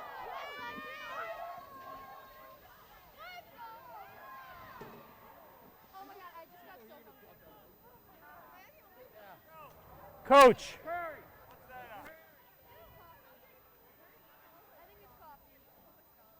We'll get the call from our referee tonight, Jason McDermott. Touchdown is good. After the play, personal foul, number 35, Western Wayne. Scranton Prep has elected to take that penalty on the kickoff. So that's on Zane Januszewski. So you'll see right here, they had them stop. They did. And again, that offensive line blew the defensive line back into the other linebackers, and there was nothing there. Again, we talk about gang tackling. You just can't take a running back like that down one-on-one. Stevens PAT is up and through, and Scranton Prep extends their lead now 48-21. So that gives us an opportunity to go down to Hannah, and she has a super fan from Scranton Prep. And what makes her so super, Hannah?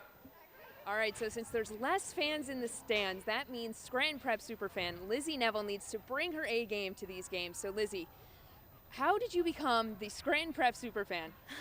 It takes a lot of dedication coming to the games through the cold, the rain, the snow, just doing anything to support our teams. Now, is this only at football or is that all games? No, this is all around. I try to go to as many games as possible, from football to soccer to basketball, anything, I'm there. Now, I heard there's a lot going on at Scranton Prep this year. Talk to me about what's happening. So October 18th is our Scranton Prep tour from 1 to 4. It's a virtual tour. You could sign up online. Then December 5th is our prep test. And then throughout the whole school year, there will be tours.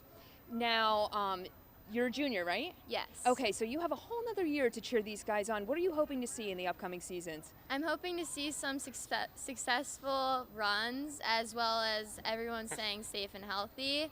I'm excited to see what the year brings, and hopefully there'll be some normalcy coming back. All right, Lizzie, thanks so much for talking to us, and hopefully we see you next year. Of course, thank you. Pav and Jan, back to you guys. Love to see when the students want to come to the athletic events and support all their teams. It's a lot of fun. That is what was missing last spring, and even at the start of this year. due to COVID-19. The kids, this is what they know. This is what they want to do. And like you said, Bob, to support that, she's a super fan supporting all the athletic activities that Scranton Prep offers. So after the penalty, the Lackawanna College kickoff flies into the end zone. It'll be a touchback, and Western Wayne will bring it out.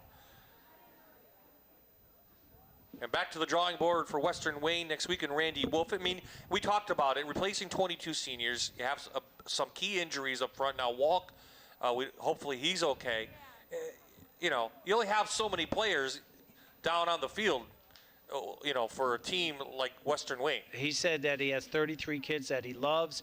They love the program. They love what's going on. But sometimes, you know, they love it so much, but sometimes you don't have the athletic ability or the size that's needed to compete week in and week out, especially with a team like Scranton Prep. Well, last year they didn't have the freshman class that they wanted, under 10 that came out. Now this year, the freshman team, he's fielding a team, some 7th and 8th and 9th graders in there, and you know they have good numbers. They're in their 20s. I saw them practice the other day. So, well, winning brings kids out. That's what happens. Absolutely, winning breeds winning, and sometimes if you've been down into a downtrodden program, it's really tough to recruit kids. But if he has 20 kids down at that 9th grade level, that's going to be a good sign for the future for the Wildcats. So Brungard going to go to the air and doesn't find anyone, and pulls it down and tiptoes up, and that might be a penalty. It is. A little late hit by Gianello as Brungard went past up to the 40. Here we'll look at it again. Nice job. He steps back again.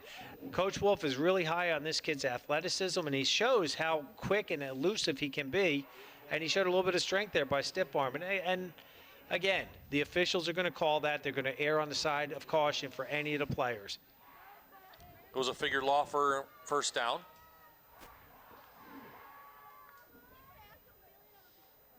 Dead ball. Personal foul, number 8, Scranton Prep.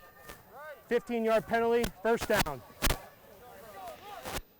And Gianello, being the senior, probably knows that. Probably shouldn't have done that, but at this point in the game, up 27. I don't see Zane out there.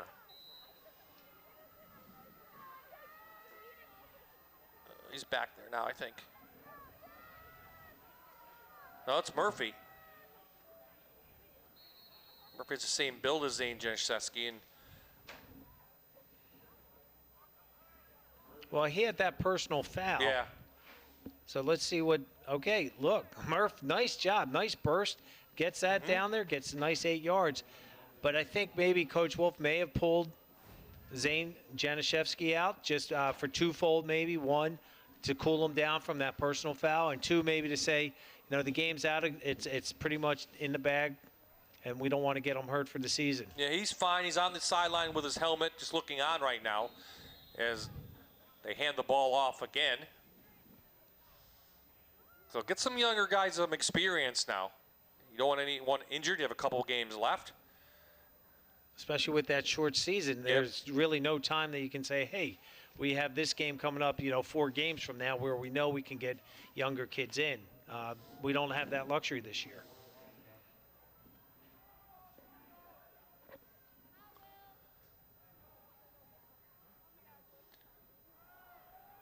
Oh, big hit put on Brungard. That is the freshman. First time we called his name tonight, Max Schnippes. That was a huge hit. Again, no one picked up. And look, number 5 was in there to start that, TJ Rogue, and again, finished up by Schnippes on that. And we know what his older brother was like when he played all those years up at Valley View. I mean, this is a big freshman. 6 foot, 260 pounds.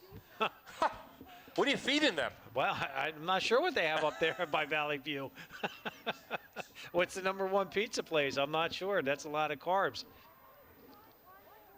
5th sack of the night. Thanks to Marty Myers for helping us out tonight. We fed him.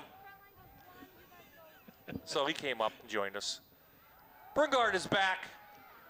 Has time and is flushed. Good defense on the backside in the secondary. There you see the ball loose. And Big scramble. And it looked like the Cavaliers have it. I didn't see a signal yet. Well, they're going to have the ball either way. That was It was fourth down. So here we go. He's looking, checking one, check two, nothing there. He's rolling. Murphy's got to do a little bit better job engaging as a running back. They don't like the block too often. And again, there's the ball being punched out by number 61. That was Jimmy Burke with the punch out on that. He's been all over the field. Yes. He really has. And they flip-flop him on the offensive line, too. I was noticing when they go to their heavy set. Well, they're going to flip-flop some offensive linemen now, give some guys some break. With about under 6 to play in the game, and this game really not in doubt at this point. You don't want anybody injured.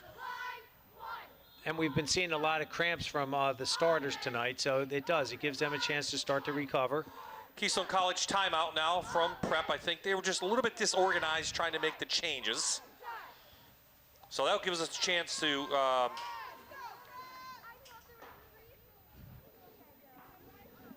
let's take a quick timeout. We'll be right back.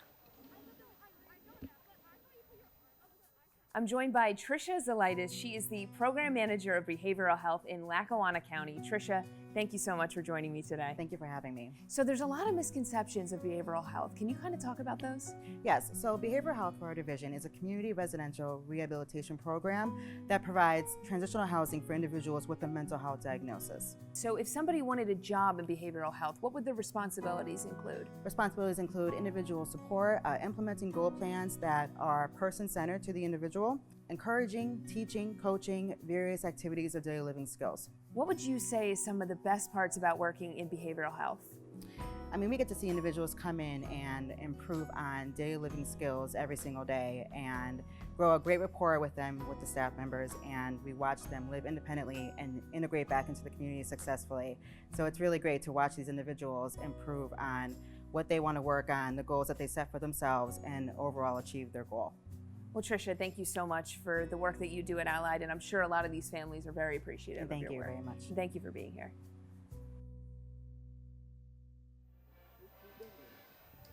Thank you, Hannah. Montgomery on the carry for about 7. Could be the last we see of him tonight. Like the way he hits the holes, and he's got some speed. He's elusive, too. I mean, he's real quick that he does that jump, the jump step there. You'll see this right in here. Here it comes, right? He's not afraid to run up in the middle either. Gets the legs going, and he just hits and spins. Prep working the clock now. First time calling Aiden Johnson tonight. He's a senior, number 4, first carry for him. And it's a figure law first down inside Wildcat territory. Nice job here by the offensive line to getting a push. Again, here's your senior coming in, and watch, he goes 2 hands up ball security. He wants to stay in there. He doesn't want to have coach pull him out. No.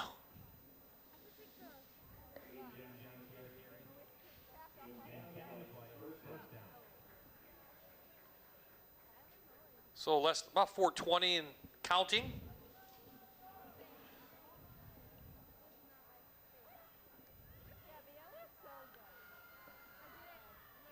Two hands on that. Smith in on the tackle. I'm sure Grady will not throw a pass tonight, so he may end 13 of 16. And I'm going to guess a career best 332 through the air and 5 touchdowns, as some of the younger kids now will be sent in. Big round of applause from the Scranton Prep spectators here on senior night. Just 2 home games for Prep this year, tonight and then the one we're doing on Halloween. With such a shortened season, I mean, you say only 2, but it's not too bad of a ratio right there. Now, again, these young kids coming in, they want to try to prove to the coaches, look, we can play, we need to get experience, and we just want to get out there and show what we can do. Yeah, I think a Keystone College timeout, something not a rave. So we talked about, this will be James Schneider. He is the freshman brought up because of the injury. So he'll get a varsity snap tonight for the first time. We'll try to get some numbers in there. Now, I know Prep is playing freshman games, and I believe JV I'm not sure if Western Wayne has a JV team. So, well, again, now you have a freshman quarterback out right now on a Friday night gaining invaluable experience right now that's going to pay dividends in the future. let's check a look at our schedule as it is planned out right now. Remember, subject to change week in, week out. Tomorrow we're back at 2 o'clock here. Are you staying in here?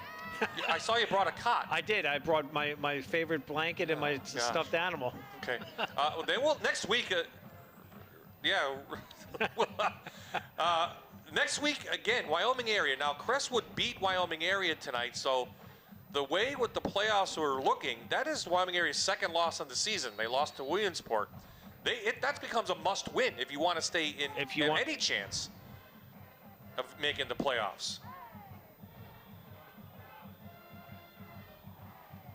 Johnson with the handoff from Schneider. And then, of course, we'll have Dunmore Lakeland, another big game in a couple weeks up at Chapman Lake. Nice job right there. Good stop. Again, they're going to go with a quick whistle. Again, with the kids cramping and where the game is at this point in time, they just want to, let's blow the whistle. Let's get the next play going, boys. Paul Gaitis, a sophomore, made the tackle, number 44. So also some new players for Western Wayne. So that means Jan and I have to look at the roster. Yeah, we'll be a little bit slower to call kids' names out right now. Nice moves by Johnson. He's up past the 40 to the 38. And he was taken down by Frankie Lashon. He's a freshman quarterback, a defensive back. Nice job. So the senior gets a couple knuckles. That may be it for him. Here you see the run again. Here we go. Nice job standing him up. Watch this hit. Boom. Again, the one thing Western Wayne's doing now, again, the younger kids understand gang tackling, and they're getting in there, and they're hitting and wrapping up.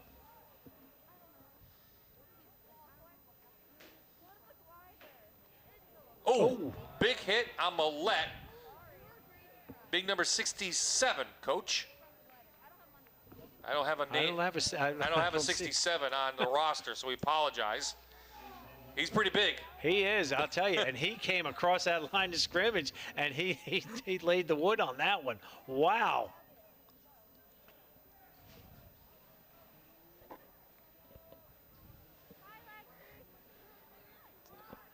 So over on downs, I believe Western Wayne will take over. That was fourth down for the Cavaliers, and we'll roll the clock. Under 2 minutes to play at Scranton Veterans Memorial Stadium, and we have a Keystone College timeout for Western Wayne to get things together as well. So an impressive showing from the Cavaliers tonight. Balanced attack through the air. Okay. Balance to the receivers. Well, I mean, yeah, I didn't expect that kind of offensive show tonight. No, but you have Montgomery who ran just enough to open up the passing game. And the Cavaliers tonight, I mean, Rossi having a career night, Max Mulligan doing a great job, Patty Grady doing a great job, and then you have London Montgomery back there. I mean, you got a four-headed monster now that Scranton Prep just showed everybody how lethal they can be. Dunmore beat Mid-Valley, and of course now Lakeland and Susquehanna will not play tomorrow. Lackawanna Trail had their game canceled as well, along with Hanover area. So these are the things we're going to face each week, and we have faced it even from week number 1 when Dallas and Tunkhannock was canceled. Again, we schedule the games, we hold our breath and cross our fingers, and hopefully no one gets sick.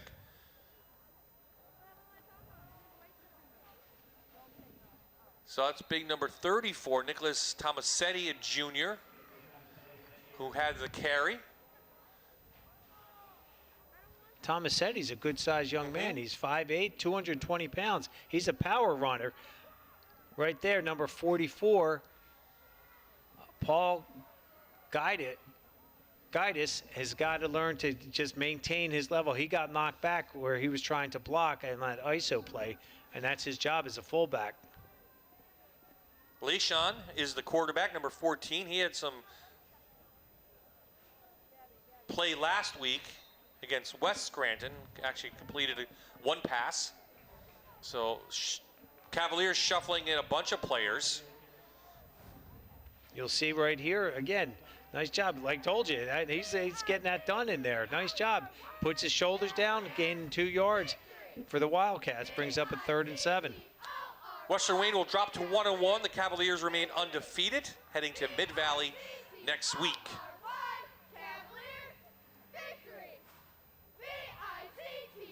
Ball on the ground, picked right back up. And that should just about do it, the last play of the game. No need to run a play unless you want to. There's no need to. You see that, again, these inexperienced and these young guys getting out there, the timing's off, and again, the handoff, all the little things that they work on in practice. For the first teamers, the second teamers don't really get that many reps out there, and sometimes it shows.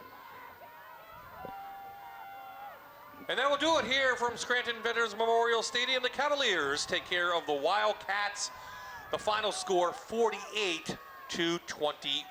We'll take a quick timeout. When we return, we'll have our players of the game, and we'll present the FNR plaque on the other side.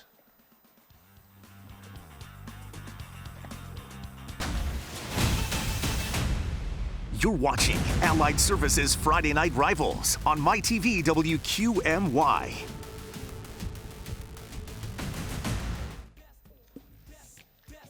Big night from the Cavaliers. They pull off win number 2 on the shortened season.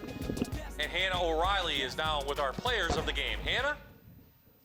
Bob, I'm with the players of the game tonight. Scranton Prep's Patty Grady and Robert Rossi. Now, first off, Patty, congratulations. What worked well for you out there tonight? No, it was the linemen. They gave me a lot of time, and our receivers on the outside, they made plays, and they really stepped up tonight. So now looking forward to future games, what team do you think is going to be your team's biggest challenge? We take it week by week, so all we're worried about is Mid-Valley right now. Now, Robert, it obviously takes a whole team to get the scoreboard where it is, so what plays do you think worked for your team as a whole?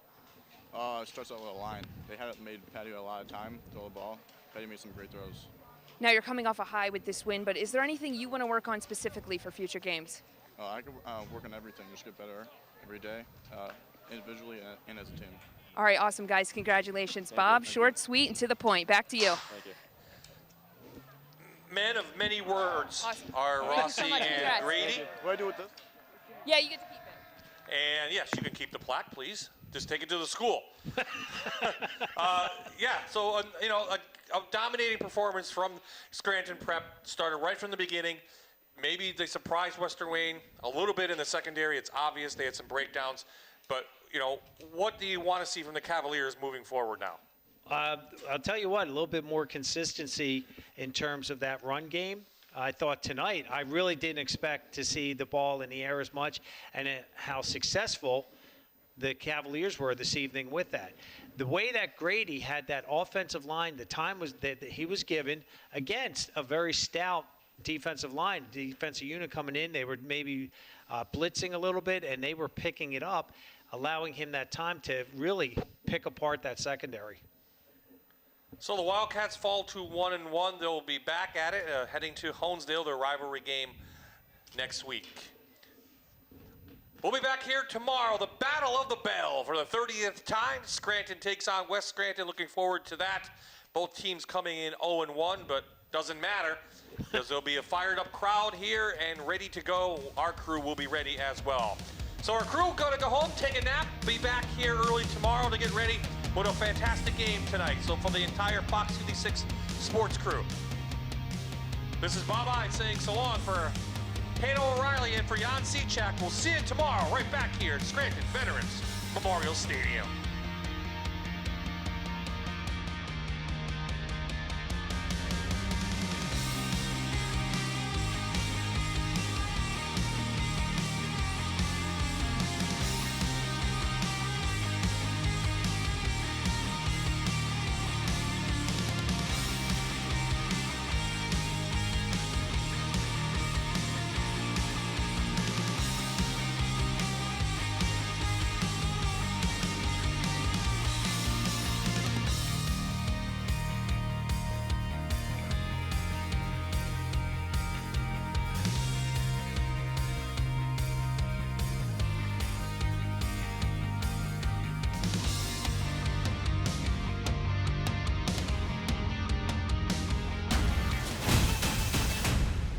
You're watching Allied Services Friday Night Rivals on MyTV WQMY.